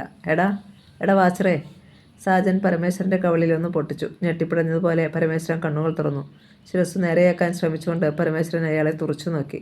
നിന്റെ മുന്നിൽ 2 ഓപ്ഷൻ വയ്ക്കുകയാണ് ഞാൻ. ഒന്നുകിൽ ഞങ്ങൾ പറയുന്നത് അക്ഷരം പ്രതി അനുസരിക്കുക. അതിനിടയിൽ പക്ഷേ ഫൗൾ പ്ലേക്ക് മുതിർന്നാൽ ഗർഭിണിയായി വീട്ടിൽ വന്നു നിൽക്കുന്ന മകളുടെ ഗർഭം അലസിപ്പിക്കും ഞാൻ ഒറ്റ ചവിട്ടിന്. അനുസരിക്കാൻ പാവമില്ലെങ്കിൽ നിനക്ക് ഇവിടെ തന്നെ 5.5 അടി നീളത്തിൽ ഒരു കുഴി. പരമേശ്വരൻ്റെ മുഖത്ത് ഭീതി ഒരു വലയം തീർത്തു. എന്തോ പറയാനായി അയാൾ ചുണ്ടനക്കിയെങ്കിലും ശബ്ദം പുറത്തു വന്നില്ല. ഇവനിത്തിരി വെള്ളം കൊടുക്ക്. സാജൻ അനുചരരെ നോക്കി. ഒരാൾ ബക്കാർഡ് മിക്സ് ചെയ്ത കോള കൊണ്ടുവന്നു. പരമേശ്വരൻ്റെ കവിളിൽ കുത്തിപ്പിടിച്ചുകൊണ്ട് കന്നുകാലികൾക്ക് മരുന്ന് കൊടുക്കുന്നത് പോലെ അയാൾ കുടിപ്പിച്ചു. തുപ്പിക്കളയാനുള്ള പരമേശ്വരൻ്റെ ശ്രമം വിഫലമായി. എന്നെ ഒന്ന് അഴിച്ചുവിടാമോ? ഏതോ ഗുഹയിൽ നിന്നെന്ന വേണം പരമേശ്വരൻ്റെ പതറിയ ഒച്ച. മറ്റുള്ളവർ പൊട്ടിച്ചിരിച്ചു. കണ്ടോ, ശരിക്കുള്ള മരുന്ന് ചെന്നപ്പോൾ കിഴവൻ ശബ്ദിച്ചത്. തൻ്റെ അസ്ഥികൾ കൂട്ടിക്കുരുങ്ങി പരസ്പരം ഉരയുന്നത് പോലെ തോന്നി പരമേശ്വരന്. സാജൻ തിരിഞ്ഞ് കൂട്ടാളികൾക്ക് കണ്ണുകൊണ്ടൊരു സംജ്ഞ നൽകി. അവർ കയറഴിച്ചു. ചക്കു വീഴുന്നത് പോലെ പരമേശ്വരൻ തറയിൽ വീണു. അയ്യോ! ഒരു നിലവിളി. ദേ, ശബ്ദം കൂടുതൽ പൊങ്ങരുത് കേട്ടോ. അങ്ങനെ ഉണ്ടാവില്ലെന്ന വിശ്വാസത്തിലാണ് തൻ്റെ അണ്ണാക്കിൽ ഞങ്ങൾ അറക്കപ്പൊടി തള്ളിക്കയറ്റാത്തത്. മദ്യം വാങ്ങിക്കൊണ്ടു വന്നവൻ്റെ മുന്നറിയിപ്പ്. എന്തിനാ എന്നെ ഇങ്ങനെ കൊല്ലാക്കൊല ചെയ്യുന്നത്? നിങ്ങളെക്കുറിച്ച് ഞാൻ ആരോടൊന്നും പറഞ്ഞില്ലല്ലോ. പരമേശ്വരൻ വല്ല വിധനയും എഴുന്നേറ്റിരുന്നു. എനിക്ക് നിങ്ങളെ അറിയുക പോലുമില്ല. ഓ പിന്നെ, സാജൻ പുച്ഛിച്ചു. അറിയാമായിരുന്നെങ്കിൽ താൻ ഞങ്ങളെ ഊഞ്ഞാലിലിരുത്തി ആട്ടിയനെ. ഒന്ന് പോടോ. ഇപ്പോഴും താൻ ജീവനോടെ ഇരിക്കുന്നത് ഞങ്ങളുടെ ഔദാര്യം ഒന്നുകൊണ്ട് മാത്രമാണ്. സാർ, ഞാനെന്ത് വേണമെന്നാ നിങ്ങൾ പറയുന്നത്? അയാൾ ഓരോരുത്തരെയും ദയനീയമായി മാറി മാറി നോക്കി. ഇരുൾ വീണതിനാൽ ആരുടെയും മുഖം വ്യക്തമല്ല. ഒരാൾ ഒരു മെഴുകുതിരി കത്തിച്ച് പരമേശ്വരൻ്റെ മുന്നിൽ വച്ചു. എന്നിട്ട് അറിയിച്ചു, ഇത് തൻ്റെ തലയ്ക്കൽ വയ്ക്കാൻ ഇടവരുത്തരുത്. സാജൻ പരമേശ്വരൻ്റെ മുന്നിൽ കുന്തിച്ചിരുന്ന് ആ മുഖത്തേക്ക് സൂക്ഷിച്ചു നോക്കി. നീ ചെയ്യേണ്ടത് ഇത്രമാത്രം. ഞങ്ങൾ ചില പേരുകൾ പറയും. അവരാണ് ആ ചെറുക്കൻ്റെ പള്ളയ്ക്ക് കത്തി കുത്തിക്കയറ്റിയതെന്ന് പോലീസിന് മൊഴി കൊടുക്കണം. സംഭവം ഉണ്ടായതിൻ്റെ കാരണം തലഞ്ഞുപോയ ചെറുക്കൻ എതിർ പാർട്ടിക്കാരുടെ പോസ്റ്ററുകളും ബാനറുകളും വലിച്ചു കീറിയതാണ്. എന്താ, താൻ അങ്ങനെ പറയുമല്ലോ അല്ലേ? പരമേശ്വരൻ ഒരു നിമിഷം കണ്ണടച്ചിരുന്നു. അയാളുടെ മനസ്സിൽ സത്യൻ്റെ മുഖം തെളിഞ്ഞു. തൻ്റെ ഇല്ലായ്മകൾ മനസ്സിലാക്കി ഒരുപാട് തവണ സഹായിച്ചിരുന്നു അവൻ. പണമായിട്ടും അല്ലാതെയും. വിശേഷ അവസരങ്ങളിൽ പുത്തൻ വസ്ത്രങ്ങൾ വാങ്ങി തന്നിട്ടുണ്ട്. തൻ്റെ മകൾ പ്രസവാവശ്യത്തിന് വീട്ടിൽ വന്നു നിൽക്കുന്നു എന്നറിഞ്ഞ് കഴിഞ്ഞ ദിവസവും തന്നു 2000 രൂപ. പരമേശ്വരൻ്റെ അടഞ്ഞ കൺപോളകളെ പിളർത്തി നനവിൻ്റെ 2 വരകൾ കവിളിലേക്ക് വന്നു. സാജൻ അത് കണ്ടു. അയാളുടെ പല്ലുകൾ ഒന്നും ഞെരിഞ്ഞു. കൈനീട്ടി പരമേശ്വരൻ്റെ താടിയിലൊന്ന് തട്ടി. ദേ, സെഞ്ചി അടിച്ചിരിക്കാനുള്ള നേരമില്ല ഞങ്ങൾക്ക്. തനിക്ക് പറ്റുമോ ഇല്ലയോ അത് മാത്രം അറിഞ്ഞാൽ മതി. പരമേശ്വരൻ കണ്ണുകൾ തുറന്നു. അവിടെ അതുവരെ ഇല്ലാതിരുന്ന ഒരു തിളക്കം സാജൻ അറിഞ്ഞു. പരമേശ്വരൻ്റെ ചുണ്ടുകൾ വിറച്ചു. ചെറുപ്രായത്തിലെ ആ കുട്ടിയുടെ ജീവനെടുത്തിട്ട് നിങ്ങൾ എന്ത് നേടി മക്കളെ? ഭാ, ഒറ്റ ആട്ടായിരുന്നു സാജൻ. മക്കളോ? താൻ കൂടുതലങ്ങ് ചൊറിഞ്ഞുകൊണ്ട് വരല്ലേ. തനിക്ക് പറ്റത്തില്ലെന്ന് പറഞ്ഞാൽ ഞങ്ങളുടെ ജോലി എളുപ്പമായി. അത്രമാത്രം പറയടോ. പരമേശ്വരൻ്റെ മുഖത്ത് വിവിധ വികാരങ്ങൾ മാറി മാറി നിഴലിച്ചു. നിങ്ങൾ എന്നെ കൊന്നാലും നന്ദിക്കേട് കാണിക്കത്തില്ല ഞാൻ. സാജൻ ചാടി എഴുന്നേറ്റു. പിന്നെ ഒറ്റ ചവിട്ട് പരമേശ്വരൻ്റെ നെഞ്ചിൽ. അമർത്തിയ നിലവിളിയോടെ അയാൾ പഴന്തുണിക്കെട്ടുപോലെ പിറകിലേക്ക് മലർന്നു വീണു. ടയർ സാജൻ്റെ കണ്ണുകളിൽ തീയാളി. അയാൾ വെട്ടിത്തിരിഞ്ഞു. എടുക്കണേടാ ഒരു കുഴി. ഇവിടെ തന്നെ. ഇവനെ ജീവനോട് നമ്മൾ കുഴിച്ചു മൂടുന്നു. അത് കേട്ട് പരമേശ്വരൻ വിറച്ചുപോയി. പിന്നെ എല്ലാം വേഗത്തിലായിരുന്നു. ആ പഴയ റൈസ് മില്ലിൻ്റെ മൂലയിൽ ചില പണിയായുധങ്ങൾ കിടക്കുന്നത് അവർ കണ്ടു. മൺവെട്ടിയും പിക്കാസും കൂന്താലിയും. അവർ അതെടുത്തു. ടയർ സാജൻ്റെ 5.5 അടി നീളത്തിലും 2 അടി വീതിയിലും കാൽനഖം കൊണ്ട് ഒരു ചതുരം വരച്ചു. തുടങ്ങിക്കോ. തറയെ പിളർത്തിക്കൊണ്ട് ആയുധങ്ങൾ ഉയർന്നു താണു. കാലപ്പഴക്കം കൊണ്ട് നേരത്തെ പൊട്ടിയടർന്നിരുന്ന സിമൻറ്റ് പീസുകൾ ഇളകി. 2 മെഴുകുതിരികൾ കൂടി കത്തിച്ചു വെച്ചിട്ട് അവർ പണി തുടർന്നു. പരമേശ്വരൻ നിസ്സംഗനായി എല്ലാം നോക്കുകയാണ്. തനിക്ക് നേരത്തെ ഇവർ തന്ന ശിക്ഷ മരണത്തെക്കാൾ എത്രയോ ഭീകരമായിരുന്നെന്ന് അയാൾ ഓർത്തു. ഇനിയാണെങ്കിലും തനിക്ക് പഴയതുപോലെ നടക്കാനാവില്ല. അതിൽ ഭേദം മരണം തന്നെ. സാജൻ പകയോടെ ഇടയ്ക്കിടെ അയാളെ നോക്കുന്നുണ്ടായിരുന്നു. പിന്നെ ഫോണെടുത്ത് സാറിനെ വിളിച്ചു. ഈ കിഴവൻ അടങ്ങുന്നില്ല സാറേ. ഞങ്ങൾ അവനുള്ള കുഴി വെട്ടിക്കൊണ്ടിരിക്കുക. ഗുഡ്. അപ്പുറത്തു നിന്ന് ശബ്ദം വന്നു. ഒരു ഭാഗ്യപരീക്ഷണത്തിനും നമ്മൾ തയ്യാറല്ല. നമ്മൾ പറയുന്നത് പോലെ അയാൾക്ക് ചെയ്യാൻ കഴിയില്ലെങ്കിൽ നമ്മൾ മറ്റു മാർഗം നോക്കാം. എന്നാലും അവൻ പിന്നെ ഭൂമിക്ക് മേൽ ഉണ്ടാവാൻ പാടില്ല. കാൽ മുറിഞ്ഞു. 5.5 അടി നീളത്തിൽ 2 അടി താഴ്ചയിൽ കുഴി തീർന്നു. ഇനി താൻ സമ്മതിച്ചാലും മരണം തന്നെ സമ്മാനം. പരമേശ്വരനോട് പറഞ്ഞിട്ട് സാജൻ കൂട്ടാളികൾക്ക് നേർക്ക് കൈനീട്ടി. കാര്യം ഗ്രഹിച്ച ഒരാൾ ഒരു കുപ്പി മദ്യമെടുത്തു സാജന് കൊടുത്തു. കൈമുട്ടുകൊണ്ട് അതിൻ്റെ അടപ്പിൽ ഒന്ന് മുട്ടിയിട്ട് താറാവിൻ്റെ കഴുത്ത് പിരിക്കുന്നത് പോലെ സാജൻ അത് തുറന്നു വായിലേക്ക് ചരിച്ചു. അയാളുടെ തൊണ്ട മീനിൻ്റെ ചകിള അനങ്ങുന്നത് പോലെ ചരിക്കുന്നത് പരമേശ്വരൻ കണ്ടു. മദ്യത്തിൻ്റെ 1/3 ഭാഗത്തോളം കുടിച്ചു തീർത്തിട്ട് സാജൻ അത് കൈമാറി. മറ്റുള്ളവരും 1ഉം 2ഉം കവിൾ വീതം അകത്താക്കി. ശേഷം കുപ്പി വലിച്ചെറിഞ്ഞു. ഇനി ഇവനെ എടുത്ത് കുഴിയിലിട്. സാജൻ്റെ അടുത്ത കൽപ്പന. 2 പേർ ചേർന്ന് പരമേശ്വരനെ പൊക്കിയെടുത്തു. ശരീരവും മനസ്സും ഒരുപോലെ മരവിച്ച് അയാൾ പ്രതികരിച്ചില്ല. തൻ്റെ ഭാര്യയുടെയും മക്കളുടെയും മുഖം ആ മനസ്സിൽ ഒന്ന് മിന്നി. ചത്ത മാടിനെ കുഴിയിലേക്ക് എറിയുന്നത് പോലെ അവർ പരമേശ്വരനെ കുഴിയിലേക്കിട്ടു. സാജൻ കൂന്താലിയെടുത്ത് അയാളുടെ നെഞ്ചിലെ കുത്തിപ്പിടിച്ചു. അപ്പോൾ പരമേശ്വരൻ ഒന്ന് പിടഞ്ഞു. ഈ ചെയ്യുന്നതിൻ്റെയൊക്കെ ഫലം തീർച്ചയായും ഈശ്വരൻ നിങ്ങൾക്ക് തരും കുഞ്ഞുങ്ങളെ. അന്ന് നിങ്ങൾ ഓർക്കും എന്നോട് ഈ ക്രൂരത വേണ്ടായിരുന്നെന്ന്. നീയൊക്കെ മുടിഞ്ഞു പോകും. നിൻ്റെയൊക്കെ കുലവും. പരമേശ്വരൻ മനമുലഞ്ഞ് പ്രാഗി. അതിൻ്റെ മറുപടി ഒരു കൂട്ടച്ചിരിയായിരുന്നു. ഈശ്വരന് അതിനൊക്കെ എവിടെ കളവ നേരം? സാജൻ പുച്ഛിച്ചു. വരുമടാ, വരും. ദൈവം വരും. അല്ലെങ്കിൽ ദൈവത്തെപ്പോലെ ആരെങ്കിലും. ദൈവം നിയോഗിച്ച ആൾ. എനിക്കുറപ്പാ. അവൻ നിന്നോടൊക്കെ പ്രതികാരം ചെയ്യും. നിൻ്റെയൊക്കെ പ്രാണനെടുക്കും. ചീ, നിർത്തടാ. ഒരുവൻ ചീറിക്കൊണ്ട് കത്തിക്കൊണ്ടിരുന്ന ഒരു മെഴുകുതിരി എടുത്തു. അത് പരമേശ്വരൻ്റെ മുഖത്തേക്ക് ചരിച്ചു. തിളച്ചു തുളുമ്പിയ മെഴുക് മഴത്തുള്ളികൾ പോലെ അയാളുടെ മുഖത്ത് വീണു. പൊള്ളിപ്പിഴയുന്നതുപോലെ പരമേശ്വരൻ വിലപിച്ച് പിടഞ്ഞു. നിനക്ക് വായ്ക്കരി ഇടുന്നതിന് പകരമാണിത്. അയാൾ ക്രൂരമായി ചിരിച്ചുകൊണ്ട് മെഴുകുതിരി മാറ്റി. മതി, മണ്ണ് നീക്കിയിട്ടോ, സാജൻ പറഞ്ഞു. ഇരുവശത്തുമായി നിന്ന് രണ്ടുപേർ മണ്ണ് നീക്കിയിട്ട് തുടങ്ങി. അടുത്ത നിമിഷം വെടിയൊച്ചകൾ പോലെ ഒരു ബുള്ളറ്റ് ബൈക്കിൻ്റെ മുഴക്കം. അവർ നടുങ്ങിത്തിരിഞ്ഞു. പലക ചെറ്റയ്ക്ക് ഇടയിലൂടെ കണ്ടു പാഞ്ഞെടുക്കുന്ന ഒരു തീക്കണ്ണ്. എന്തെങ്കിലും ചെയ്യാൻ കഴിയും മുമ്പ് പലകകൾ ബിസ്ക്കറ്റ് കഷ്ണങ്ങൾ പോലെ ചിതറിത്തെറിച്ചു. സാജാ, അനുചരരിൽ ഒരുവൻ അലറി വിളിച്ചു. അപ്പോഴേക്കും ചിതറിപ്പോയ പലകൾക്കിടയിലൂടെ ബുള്ളറ്റ് ബൈക്ക് അകത്തേക്ക് പാഞ്ഞു വന്നു. അവർക്ക് തൊട്ടുമുന്നിൽ അത് ബ്രേക്കിട്ടു. വലതുകാൽ തറയിൽ കുത്തി അതിലിരുന്ന മനുഷ്യൻ ബൈക്ക് ടാപ്പ് പോലെ വട്ടം കറക്കി. അതിൻ്റെ പിൻചക്രത്തിനിടയിൽ നിന്ന് കത്തുന്ന പൂത്തിരി കണക്കെ മണൽത്തരികൾ ചുറ്റും ചിതറി. വെളിച്ചം സകലരെയും തൊട്ടൊഴിഞ്ഞ് വീണ്ടും ബൈക്ക് നിന്നു. 1, 2 അയാൾ എണ്ണി. 8 പേർ. അല്ലടാ, ടയർ സാജൻ സഹിതം തന്നെ ഇയാൾ തിരിച്ചറിഞ്ഞിരിക്കുന്നു. സാജന് അപകടം മണത്തു. ബൈക്കിൻ്റെ വെളിച്ചം കണ്ണിലേക്ക് കുത്തിപ്പൊളിഞ്ഞിറങ്ങുകയാണ്. അതിനാൽ അതിലിരിക്കുന്നവനെ കാണാൻ വയ്യ. നെറ്റിക്ക് മീതെ കൈപ്പടം വെച്ച് സാജൻ നോക്കി. നല്ല ആരോഗ്യമുള്ള ഒരാളാണെന്ന് തോന്നി. ശിരസിൽ ഹെൽമറ്റുമുണ്ട്. ആ മനുഷ്യൻ കുഴിയിൽ കിടക്കുന്ന പരമേശ്വരനെ കണ്ടു. ആഹാ, നീ ഇപ്പം ഗുണ്ടാപ്പണി നിർത്തി കുഴിവെട്ട് തുടങ്ങിയോടാ സാജ? അയാൾ തിരക്കി. ഹെൽമറ്റിനുള്ളിൽ നിന്ന് വന്ന ശബ്ദമായതിനാൽ അത് തിരിച്ചറിയാനും സാജന് കഴിഞ്ഞില്ല. അയാൾ ചീറി. അതേടാ, പണി കുഴിവെട്ടാ. ഇതുവരെ ഒന്നും മതിയെന്ന് കരുതിയിരുന്ന നീയും കൂടി ചേർന്നപ്പോൾ അത് 2ആയി. ഓ, അയാൾ ചിരിച്ചു. ഞാൻ വിചാരിച്ചു രണ്ടാമത്തെ കുഴി നിന്റെ അമ്മയെ തൊഴിച്ചു വന്ന അപ്പൻ തമിഴൻ മുനിയാണ്ടിക്ക് ആയിരിക്കുമെന്ന്. സാജൻ ഒന്നുകൂടി നടുങ്ങി. തൻ്റെ കുടുംബചരിത്രം പോലും അറിയാവുന്നവൻ. ഇവനെ സൂക്ഷിക്കണം, അയാളുടെ മനസ്സ് പറഞ്ഞു. തങ്ങൾ ഇവിടെയുണ്ടെന്ന് അറിഞ്ഞിട്ട് തന്നെ ഒറ്റയ്ക്ക് വന്ന ഇവനെ പേടിച്ചേ പറ്റൂ. എങ്കിലും സാജനൊന്നും പുറത്തു കാട്ടിയില്ല. പകരം തിരിഞ്ഞ് തൻ്റെ സംഘത്തോട് അലറി. എന്താടോ നോക്കി നിൽക്കുന്നത്? വടവാളിന് വെട്ടിക്കീറടാ ഈ പന്നിയെയും. പറഞ്ഞു തീരും മുമ്പ് ആയുധങ്ങളുടെ കിലുക്കം ആഗതൻ തിരിച്ചറിഞ്ഞു. ഒരുവൻ ബൈക്കിന് നേർക്കു പാഞ്ഞു വരുന്നത് കണ്ടു. അയാളുടെ കയ്യിലിരുന്ന മടവാൾ ബൈക്കിൻ്റെ വെളിച്ചത്തിൽ വെള്ളിക്കണക്കെ വെട്ടിത്തിളങ്ങി. അപ്പോഴേക്കും അയാൾ വാൾ ആഞ്ഞു വീശി. ആഗതൻ പിന്നോട്ടൊഴിഞ്ഞു. നൂൽക്കനത്തിൽ തൻ്റെ താടിക്കടിയിലൂടെ ഒരു കാറ്റ് വീശിപ്പോയത് അയാൾ അറിഞ്ഞു. അടുത്ത സെക്കൻഡിൽ ഇടംകാൽ കൊണ്ട് അയാൾ ബൈക്ക് സൈഡ് സ്റ്റാൻഡിൽ വെച്ചു. പിന്നെ വലത് കാൽ ഹാൻഡിലിന് പുറത്തുകൂടി തറയിൽ കുത്തി ചാടിയിറങ്ങി. അയാൾ ധരിച്ചിരുന്ന ജാക്കറ്റ് കടവാവലിൻ്റെ ചിറക് പോലെ ഒന്നിളകി. ബൈക്കിൻ്റെ എഞ്ചിൻ ഓഫ് ചെയ്യുകയോ ലൈറ്റ് അണയ്ക്കുകയോ ചെയ്തില്ല അയാൾ. തൻ്റെ ആദ്യത്തെ വെട്ട് ലക്ഷ്യം തെറ്റിയവൻ കൂടുതൽ വൈരാഗ്യത്തോടെ വെട്ടിത്തിരിഞ്ഞ് വീണ്ടും വാൾ വീശി. ഇത്തവണ അവൻ്റെ മണിബന്ധത്തിൽ ആഗതൻ തടഞ്ഞു പിടിച്ചു. അതേ നിമിഷം തന്നെ ആ കൈ പിന്നിലേക്ക് ഒടിച്ചു. റബ്ബർ കമ്പോടിയും പോലെ ഒരു ശബ്ദവും തുടർന്ന് അയാളുടെ നിലവിളിയും. മടവാൾ പിടിവിട്ട് തറയിൽ വീണു. ആഗതൻ അയാളെ വട്ടം തിരിച്ച് മുടിയിൽ കുത്തിപ്പിടിച്ചു. പിന്നെ ബൈക്കിൻ്റെ ടാങ്കിൻ്റെ ടാപ്പിന് മീതെ നെറ്റി ചേർത്ത് ഒറ്റയിടി. ചിരട്ട പൊട്ടുന്നതുപോലെ ഒരലർച്ച. അയാളുടെ നെറ്റി പിളർന്ന് ചോര ചീറ്റി. ആഗതൻ അയാളെ പിന്നോട്ട് വലിച്ചെറിഞ്ഞു. ആ നിമിഷം 2 പേർ ഒന്നിച്ച് ചാടി വന്നു. താഴേക്ക് 60 ഡിഗ്രി കുനിഞ്ഞിട്ട് 2 മുഷ്ടികളും കൊണ്ട് ആഗതൻ മുന്നോട്ടടിച്ചു. നെഞ്ചിനും വയറിനുമിടയിൽ ഇടിയേറ്റ ഇരുവരും വില്ല് പോലെ വളഞ്ഞു. അവരുടെ വായിൽ നിന്ന് കൊഴുത്ത ചോര താടിയിലേക്ക് ഒഴുകി. 2 റബ്ബർ ബൊമ്മകൾ കണക്കെ അവർ തറയിൽ വീണു. ഇതൊക്കെ കണ്ട് പകച്ചു നിൽക്കുകയായിരുന്നു ടയർ സാജൻ. ബാക്കിയുള്ള 5 പേർ ഒന്നിച്ച് ആഗതനെ ആക്രമിച്ചു. അയാളുടെ നീക്കം അവരുടെ 10 ഇരട്ടി വേഗത്തിലായിരുന്നു. അവർ ചുറ്റുപാടും ചിതറിത്തെറിച്ചു. സാജൻ നോക്കുമ്പോൾ ഒരുവൻ ആഗതന്റെ തോളിലിരിക്കുന്നു. അയാളുടെ കഴുത്തിലും കാലിലും പിടിച്ച് ആഗതൻ തൻ്റെ ചുമലിൽ ശക്തിയായി മടക്കി. നട്ടെല്ലൊടിയുന്ന ശബ്ദം. ആഗതൻ പിടിവിട്ടു. തോളിലിരുന്ന മനുഷ്യൻ പിന്നിലേക്ക് വീണു. അവിടെ കിടന്ന് നടുവൊടിഞ്ഞ പാമ്പിനെ പോലെ കൈക്കാൽ തല്ലിപ്പിടഞ്ഞു. നിലവിളിക്കാനുള്ള ശേഷി പോലും നഷ്ടമായിരുന്നു അയാൾക്ക്. ആഗതൻ ചുറ്റും നോക്കി. 7 പേർ അവിടെ ചിതറിക്കിടപ്പുണ്ട്. ടയർ സാജന് അത് വിശ്വസിക്കാൻ കഴിഞ്ഞില്ല. തൻ്റെ ആളുകളെ നിമിഷങ്ങൾക്കുള്ളിൽ തല്ലി തോൽപ്പിക്കുക. ആഗതനും ടയർ സാജനും പരസ്പരം നോക്കി നിന്നു. ആഗതൻ ഹെൽമറ്റ് ഒന്നുകൂടി നേരെ വെച്ചു. നീ വലിയ ഗുണ്ടയാ, മാങ്ങത്തൊലിയ എന്നൊക്കെ പറഞ്ഞിട്ട് ഒന്ന് കട്ടയ്ക്ക് നിൽക്കുന്ന ഒരെണ്ണം പോലും നിന്റെ ഗ്രൂപ്പിലില്ലല്ലോടാ. സാജൻ മിട വിഴുങ്ങി. ആഗതൻ തുടർന്നു. വെറുതെ മസിലും പെരുപ്പിച്ച് വിരിഞ്ഞ് നടക്കുന്നവന്മാർക്ക് ചെല്ലും ചെലവും കൊടുത്തിട്ടൊന്നും കാര്യമില്ലെന്ന് നിനക്കിപ്പോൾ മനസ്സിലായല്ലോ. വേണ്ടത് നല്ല തന്തയുടെ ഗുണമാ. നിനക്കും കൂട്ടുകാർക്കും അതില്ലാതെ പോയി.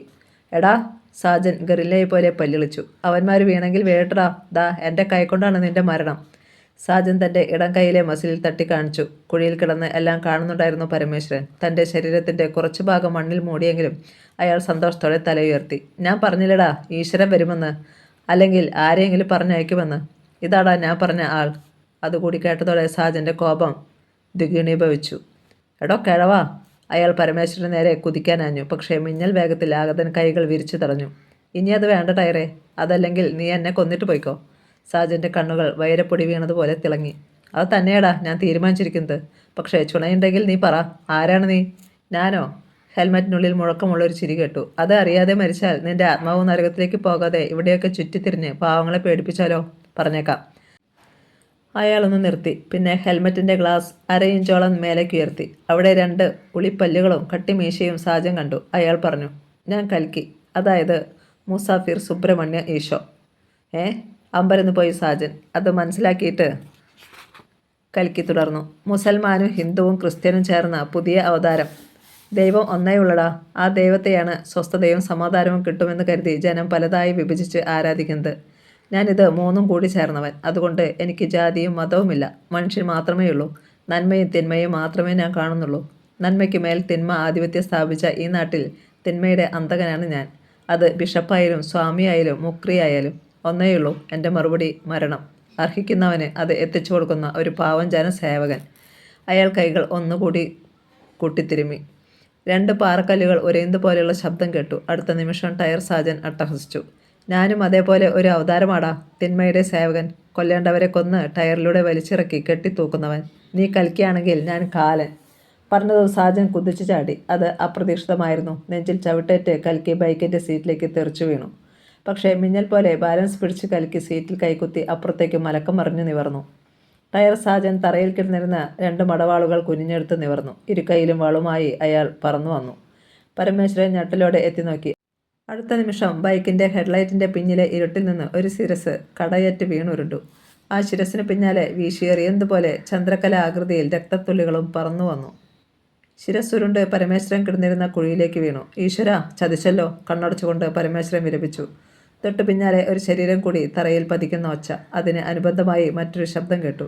ഈശ്വരൻ ആരെയും ചതിക്കില്ല പരമേശ്വര. പരമേശ്വരൻ അത്ഭുതത്തോടെ കണ്ണു തുറന്നു. കുഴിക്ക് മുകളിൽ അയാൾ നിൽക്കുന്നു. കൽക്കി, മുസാഫിർ സുബ്രഹ്മണ്യ ഈശോ. പരമേശ്വരൻ അയാൾക്ക് നേരെ കൈകൂപ്പി. നന്ദിയുണ്ട്, ഒരുപാട്. എന്തിന്? അയാൾ പരമേശ്വരനെ കൈപ്പിടിച്ചുയർത്തി കുഴിക്ക് മുകളിൽ കയറ്റി. ഞാൻ നിങ്ങൾക്ക് വേണ്ടി ഒന്നും ചെയ്തില്ലല്ലോ. ചെയ്തത് ഈ നാട്ടിലെ പരശതം പാവങ്ങൾക്ക് വേണ്ടി. അവരുടെ കണ്ണീരിൽ ഉപ്പുരസം കലരാതിരിക്കാൻ. പാവം സ്ത്രീകളുടെ മടിക്കുത്തിൽ പിടി വീഴാതിരിക്കാൻ. ഇനി നിങ്ങളെ ആരും ഒന്നും ചെയ്യില്ല. അയാളെ ഒരു ഭാഗത്തേക്ക് മാറ്റി ഇരുത്തിയിട്ട് അയാളെ കെട്ടിത്തൂക്കിയിരുന്ന കയർ വലിച്ചെടുത്തു കൽക്കി. പിന്നെ തറയിൽ കിടന്നിരുന്ന 7 പേരുടെയും കൈകളിൽ അത് വരിഞ്ഞു മുറുക്കി. തുടർന്ന് കയറിൻ്റെ അഗ്രം ആ പഴയ കെട്ടിടത്തിൻ്റെ ഇരുഭാഗങ്ങളിലായി വലിച്ചു കെട്ടി. ഇപ്പോൾ ഇവന്മാരെ കണ്ടാൽ നാഷണൽ ഹൈവേയിൽ മനുഷ്യച്ചങ്ങല തീർത്ത് നിൽക്കുകയാണെന്ന് തോന്നും, അല്ലേ ചേട്ടാ? കൽക്കി പരമേശ്വരനോട് തിരക്കി. ആ അവസ്ഥയിലും അയാൾക്ക് ചിരി വന്നു. പക്ഷേ എങ്ങനെയൊക്കെ ചിന്തിച്ചിട്ടും 2 വാളുകളുമായി കുതിച്ചു ചാടിയ ടയർ സാജൻ എങ്ങനെ കഴുത്തറ്റ് വീണു എന്ന് മാത്രം അയാൾക്ക് പിടികിട്ടിയില്ല. സംഭവിച്ചത് ഇങ്ങനെയാണ്. കൽക്കിയുടെ മുന്നിൽ പറന്നിറങ്ങിയ സാജൻ ബി ആകൃതിയിൽ ഇരു കൈയിലെയും വാൾ വീശി കൽക്കിയുടെ കഴുത്തിന് നേർക്ക്. പക്ഷേ വെട്ടുതറഞ്ഞ കൽക്കി ബലമായി അയാളുടെ കൈകൾ പിന്നോട്ട് മടക്കി. വാളുകളുടെ വായത്തല സാജൻ്റെ കഴുത്തിന് ഇരുവശത്തും അമർന്നു. പിന്നെ ഒറ്റവലി. ചേനത്തല മുറിയുന്നത് പോലെ സാജൻ്റെ കഴുത്ത് പൂളിപ്പോന്നു. തറയിൽ ഒരു സെൽഫോണിൻ്റെ ശബ്ദം. കൽക്കി തിരിഞ്ഞു. ശിരസില്ലാത്ത സാജൻ്റെ കബന്ധത്തിലെ പാൻറ്റിൻ്റെ പോക്കറ്റിൽ വെളിച്ചം മിന്നുന്നു. യാതൊരു തിടുക്കവും കൂടാതെ അയാൾ ആ ഫോൺ എടുത്തു. ഡിസ്പ്ലേയിൽ തെളിഞ്ഞ പേര് കണ്ടു. സാർ. കൽക്കയുടെ നെറ്റി ചുളിഞ്ഞു. അയാൾ റിസീവറിംഗ് ബട്ടൺ പ്രസ് ചെയ്ത് ഫോൺ കാതിൽ ചേർത്തു. സാജ, ആ കിഴവനെ തീർത്തോ? അപ്പുറത്ത് നിന്നുള്ള ചോദ്യം. തീർത്തു. ഒപ്പം ഞാനും തീർന്നു. എൻ്റെ ആത്മാവ് സാറിൻ്റെ മുന്നിൽ നിൽക്കുന്നു, കാണുന്നില്ലേ? അപ്പുറത്തെ ഞെട്ടൽ കൽക്കി തിരിച്ചറിഞ്ഞു. തൊട്ടടുത്ത നിമിഷം സാറിൻ്റെ തിമട്ടൽ. ആരാടാ നീ? കൽക്കി, മുസാഫിർ സുബ്രഹ്മണ്യ ഈശോ. എന്ന് വെച്ചാൽ? അപ്പുറത്ത് സംശയം. എന്ന് വെച്ചാൽ നിന്റെ തന്ത, കുഴിമാടത്തിൽ പുഴുവരിച്ച് അളിഞ്ഞു പൊളിഞ്ഞു കിടക്കുന്ന കുഷ്ഠരോഗി. എടാ! പല്ലു ഞെറുമുന്ന ശബ്ദം. കൽക്കിയുടെ ഭാവം മാറി. നീയും കാത്തിരുന്നോ? ഞാൻ വരും. കോളേജിൽ ഒരു പാവം ചെക്കനെ വെട്ടിയരിഞ്ഞതിൻ്റെ കണക്ക് തീർക്കാൻ. അവൻ്റെ പേരിൽ നിന്റെ നെഞ്ചത്ത് ഒരു റീത്ത് വയ്ക്കാൻ. Mind it. കൽക്കി കാൽ മുറിച്ചു. ശേഷം പരമേശ്വരനോട് പറഞ്ഞു, ചേട്ടൻ ഇവിടെ തന്നെ ഉണ്ടാവണം. ഇന്നിവിടെ നടന്നതും ഇന്നലെ കോളേജിൽ നടന്നതുമടക്കം എല്ലാം പോലീസിനോട് പറയുവാൻ. അപ്പോൾ സാറ്? പരമേശ്വരൻ അർദ്ധശങ്കയിൽ നിർത്തി. സാറല്ല, കൽക്കി. എനിക്ക് പോയേ പറ്റൂ. അതിനു മുൻപ് ഒരു ജോലി കൂടിയുണ്ട്. അയാൾ സാജൻ്റെ ഫോണിലൂടെ SP അരുണാചലത്തെ വിളിച്ചു. പെട്ടെന്ന് ലൈനിൽ കിട്ടി. സാർ, കോളേജ് വാച്ചർ പരമേശ്വരൻ ജീവനോടെയുണ്ട്, ഓമല്ലൂരിൽ. അയാൾ സ്ഥലം പറഞ്ഞു. നിങ്ങളാരാണ്? SP തിരക്കി. കൽക്കി, മുസാഫിർ സുബ്രഹ്മണ്യ ഈശോ. പറഞ്ഞതും കൽക്കി ഫോൺ കട്ട് ചെയ്തു. പരമേശ്വരൻ മുസാഫിർ സുബ്രഹ്മണ്യ ഈശോ എന്ന കൽക്കിയെ തുറച്ചു നോക്കി. പുഞ്ചിരിച്ചുകൊണ്ട് അയാൾ കണ്ണിറക്കി. പിന്നെ സാജൻ്റെ ഫോൺ അയാളുടെ ബോഡിക്ക് അരികിലേക്ക് തന്നെ ഇട്ടു. അടുത്ത നിമിഷം വീണ്ടും അത് ശബ്ദിച്ചു. പക്ഷേ കൽക്കി എടുത്തില്ല. വിളിക്കുന്നത് SP അരുണാചലമാണെന്ന് അയാൾക്കറിയാം. തൻ്റെ പേര് കേട്ടതിലെ അമ്പരപ്പ് മാറിയപ്പോൾ വിളിക്കുന്നതാവാം. കൽക്കി പരമേശ്വരൻ്റെ നേരെ തിരിഞ്ഞു. പോലീസ് ഉടനെ എത്തും. ചേട്ടൻ എല്ലാം തുറന്നു പറഞ്ഞേക്കണം. ആരെയും പേടിക്കണ്ട. അഥവാ ആരെങ്കിലും ചേട്ടനെ ദ്രോഹിക്കാൻ ശ്രമിച്ചാൽ ദേ ഈ കിടക്കുന്നവൻ്റെ അനുഭവമായിരിക്കും. കൽക്കി ടയർ സാജൻ്റെ ബോഡിക്ക് നേരെ കൈ ചൂണ്ടി. ശേഷം ബൈക്കിൽ കയറി. അതൊന്ന് റേസ് ചെയ്തിട്ട് വലതുകാൽ തറയിൽ കുത്തി വട്ടം തിരിച്ചു. പലകച്ചറ്റ തകർന്ന ഭാഗത്തുകൂടി ഒറ്റക്കണ്ണിൽ തീ എരിച്ചുകൊണ്ട് ബൈക്ക് പാഞ്ഞാകുന്നു. കൃത്യം 10 മിനിറ്റ് കഴിഞ്ഞപ്പോൾ SP അരുണാചലത്തിൻ്റെ നേതൃത്വത്തിൽ ഒരു കാറും 2 പോലീസ് ജീപ്പുകളും അവിടേക്ക് പാഞ്ഞെത്തി. മിന്നൽ വേഗത്തിൽ സംഘം റൈസ് മിൽ വളഞ്ഞു. പലകകൾ തകർന്ന ഭാഗത്തുകൂടി SPയും ഏതാനും കാക്കിധാരികളും കരുതലോടെ അകത്തെത്തി. അവിടെ കത്തി നിന്നിരുന്ന എഴുതിരികളുടെ വെളിച്ചത്തിൽ മുന്നിലെ കാഴ്ച കണ്ട് ഞെട്ടിപ്പോയി സകലരും. പരമേശ്വരൻ വിനയപൂർവ്വം SPക്ക് മുന്നിലെത്തി. നിങ്ങൾ? SP നെറ്റിച്ചുളിച്ചു. പരമേശ്വരനാ, കോളേജ് വാച്ചർ. ഇതൊക്കെ ചെയ്തവൻ എവിടെ? അയാൾ ദൃഷ്ടികൾ ചുറ്റും പായിച്ചു. പോയി സാറേ. അവൻ ഒറ്റയ്ക്കാണോ ഇത്രയും ചെയ്തത്? അരുണാചലത്തിന് വിശ്വസിക്കാനാവുന്നില്ല. അതെ സാറേ. SP അമർത്തി മൂളി. കൽക്കി കെട്ടിയിട്ടിരുന്നവരെ പോലീസ് കസ്റ്റഡിയിലെടുത്തു. പലർക്കും നിവർന്നു നിൽക്കാൻ പോലും കഴിയാത്ത അവസ്ഥയിലായിരുന്നു.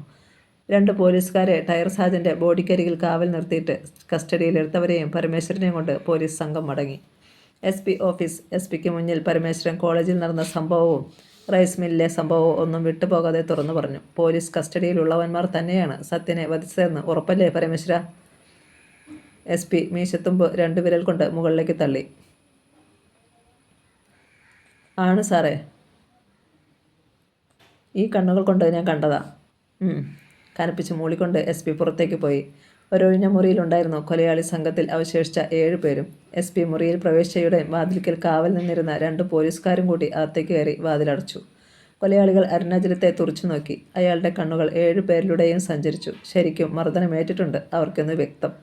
പറയടാ, നിങ്ങൾ എന്തിനാ ആ പയ്യനെ കൊന്ത്? ആര് പറഞ്ഞിട്ട്? SP തിരക്കി. ആരും ഉത്തരം നൽകിയില്ല. തല കുനിച്ചു നിന്നു. കൂട്ടത്തിൽ അല്പം ദുർബലനെന്ന് തോന്നിയ ഒരുവൻ്റെ അടുത്തേക്ക് അരുണാചലം നീങ്ങി. എന്താണ് നിൻ്റെ പേര്? അഷ്റഫ്.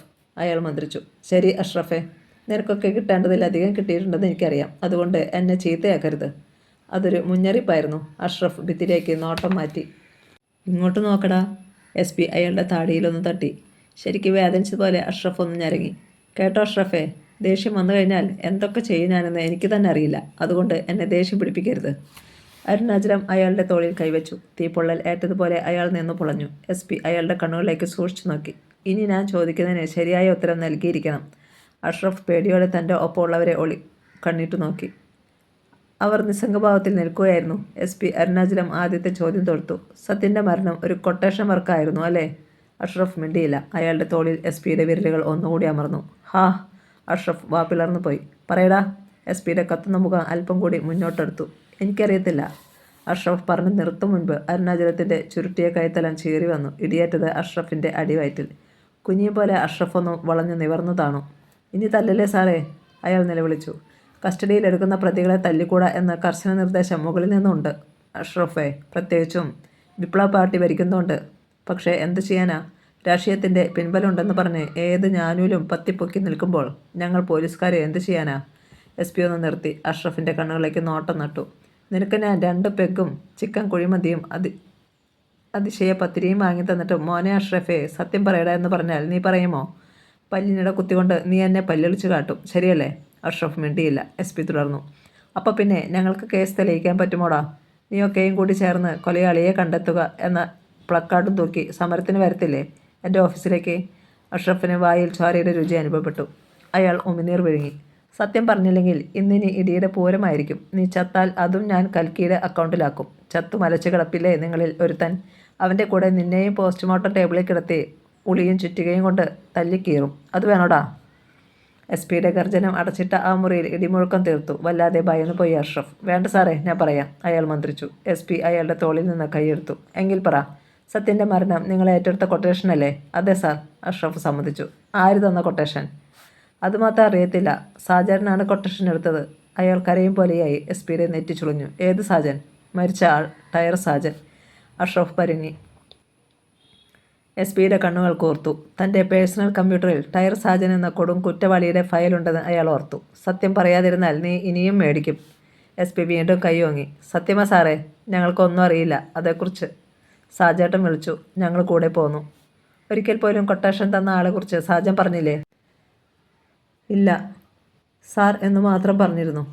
സാർ. ആ വാക്ക് അരുണാചലം മനസ്സിലിട്ട് ചതച്ചു. ഏത് സാറ്? എന്നിട്ട്? അഷ്റഫ് കൃത്യം ചെയ്തത് എങ്ങനെയെന്ന് വ്യക്തമായി പറഞ്ഞു. അപ്പോൾ നിങ്ങളാണ് കൊടിത്തോരണങ്ങളും ബാനറുമെല്ലാം നശിപ്പിച്ചത് അല്ലേ? അതെ. അങ്ങനെ ചെയ്യണമെന്നാണ് പറഞ്ഞിരുന്നത്. ആര്? സാറ് എന്ന് പറഞ്ഞയാൾ. അരുണാചലം കനപ്പിച്ച മൂളി. അയാൾ പറഞ്ഞത് സത്യമാണെന്ന് എസ് പിക്ക് ഉറപ്പായിരുന്നു. അയാൾ മറ്റുള്ളവരെയും ചോദ്യം ചെയ്തു. പക്ഷേ അഷ്റഫിൽ നിന്ന് കിട്ടിയതിൽ കൂടുതൽ വിവരമൊന്നും കിട്ടിയില്ല. അടുത്ത ദിവസം പത്തനംതിട്ടയിൽ വിദ്യാർത്ഥികൾ പഠിപ്പ് മുടക്കി. പ്രതിഷേധ ദിനം ആചരിച്ചു. സത്യൻ്റെ മൃതദേഹം കോളേജിൽ പൊതുദർശനത്തിന് വച്ച ശേഷം വീട്ടിൽ കൊണ്ടുവന്നു. ജനസാഗരമായിരുന്നു അവിടെ. അതിനിടെ പടിക്കൽ ഒരു ബുള്ളറ്റ് ബൈക്ക് വന്നു നിന്നു. അതിൽ ഒരു ഹെൽമറ്റുധാരി ആയിരുന്നു. ഹെൽമറ്റ് ഊരി ബൈക്കിൻ്റെ മിററിൽ തൂക്കിയിട്ട് അയാളും ജനങ്ങൾക്കിടയിലൂടെ വീട്ടുമുറ്റത്തേക്ക് കയറി. കടുനീല നിറത്തിലുള്ള ജീൻസും അതേ നിറത്തിലുള്ള ഷർട്ടുമായിരുന്നു വേഷം. സഹപാഠികളുടെയും ബന്ധുക്കളുടെയും കൂട്ട വിലാപങ്ങൾക്ക് അവസാനം സത്യൻ്റെ ബോഡി ചിതയിലേക്ക് എടുത്തു. അപ്പോഴും അല്പം പോലും കരഞ്ഞില്ല വാസുദേവൻ. ചിത എരിഞ്ഞു തുടങ്ങി. ആളുകൾ പിരിഞ്ഞു. ആ കൂട്ടത്തിൽ ബുള്ളറ്റ് ബൈക്കിൽ വന്ന ആളും അടുത്ത ബന്ധുക്കളും അയൽക്കാരും മാത്രം ബാക്കിയായി. സത്യൻ്റെ കൊലയാളിയെ അറസ്റ്റ് ചെയ്തതും അതൊരു കൊട്ടേഷൻ വർക്ക് ആയിരുന്നതുമെല്ലാം രാവിലെ മുതൽ TV ചാനലുകളിൽ പ്രത്യക്ഷപ്പെടുന്നുണ്ടായിരുന്നു. സമയം സന്ധ്യ. പൂമുഖത്ത് അകലെ എവിടേക്കോ കണ്ണുനട്ടിരിക്കുകയായിരുന്നു വാസുദേവൻ. കരഞ്ഞു കലങ്ങിയ കണ്ണുകളുമായി SI വിജയ അയാൾക്കടുത്തെത്തി. അച്ഛാ. അവൾ അയാളുടെ തോളിൽ കൈവച്ചു. ഉൾക്കടമായി ഞെട്ടിയതുപോലെ വാസുദേവൻ തിരിഞ്ഞു നോക്കി. കണ്ണുകളിൽ എന്താണ് എന്ന ചോദ്യഭാവം. വിജയ അച്ഛൻ്റെ അരികിലിരുന്നു. ഇങ്ങനെ അടക്കി പിടിച്ച് ഇരിക്കാതെ ഒന്ന് കരയുകയെങ്കിലും ചെയ്യച്ചാ. കണ്ണിമ ചലിപ്പിക്കാതെ മകളുടെ മുഖത്തേക്ക് അല്പനേരം നോക്കിയിരുന്നു വാസുദേവൻ. മന്ത്രണം കണക്കെ അയാളുടെ ചുണ്ടനങ്ങി. കരയരുത്. കരയാൻ പാടില്ല. കരഞ്ഞാൽ എൻ്റെ കുഞ്ഞോട് ഞാൻ ചെയ്യുന്ന ഏറ്റവും വലിയ അപരാധമായിരിക്കും. കരയാതെ മനസ്സിൽ കിടന്ന് എരിയണം അവൻ്റെ ഓർമ്മകൾ. എങ്കിലേ എൻ്റെ കുഞ്ഞിനെ കൊല്ലാൻ അച്ചാരം കൊടുത്തവനോട് എനിക്ക് പകരം തീർക്കാൻ പറ്റൂ. നടുങ്ങിപ്പോയി വിജയ. അച്ഛൻ എന്താണ് പറയുന്നത്? സത്യം. വാസുദേവൻ്റെ വാക്കുകൾക്ക് കട്ടിക്കൂടി. ഇവിടെ പിടഞ്ഞു വീഴുന്ന ഓരോ നിരപരാധിയുടെയും കുടുംബങ്ങൾ കരഞ്ഞ് ജീവിതം പാഴാക്കാതെ കൊന്നവനെ തിരിച്ചു കൊന്നിരുന്നെങ്കിൽ അക്രമം ഇങ്ങനെ കൊടികുത്തി വാഴില്ലായിരുന്നു. നിന്റെ പോലീസിൽ ജനങ്ങൾക്കുള്ള വിശ്വാസം എന്നേ നഷ്ടപ്പെട്ടിരിക്കുന്നു.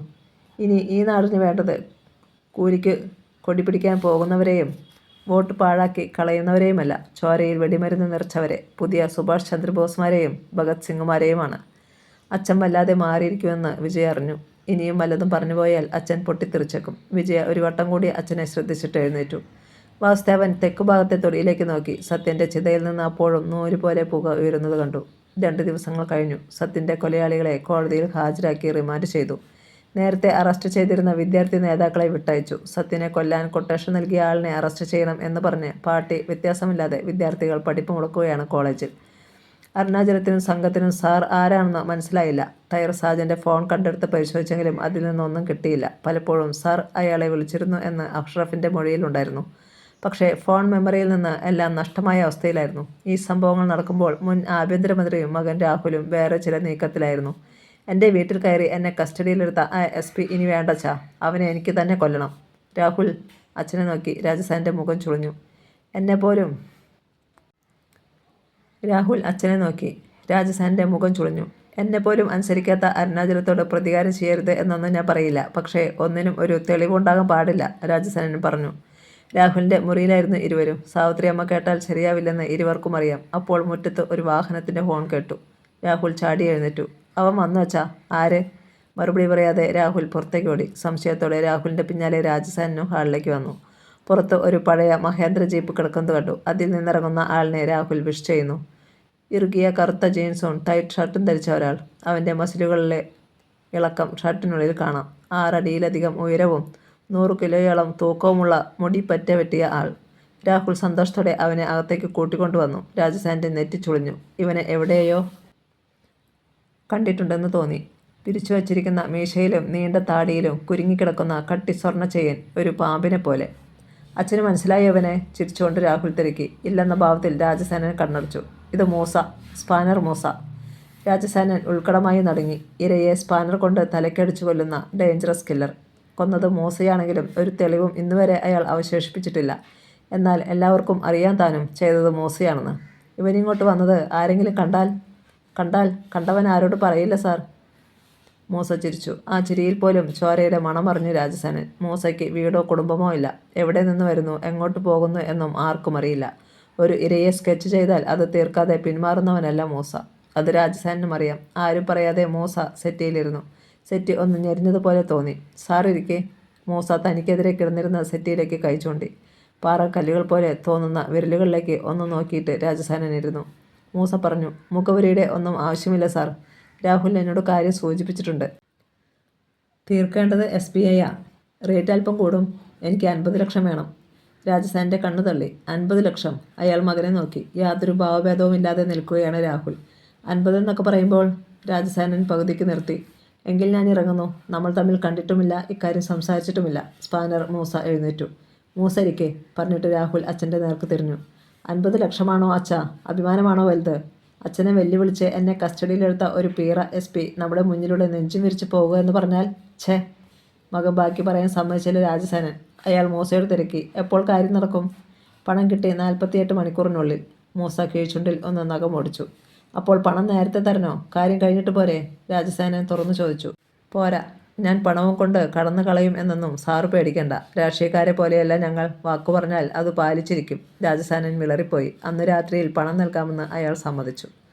കഥ തുടരും.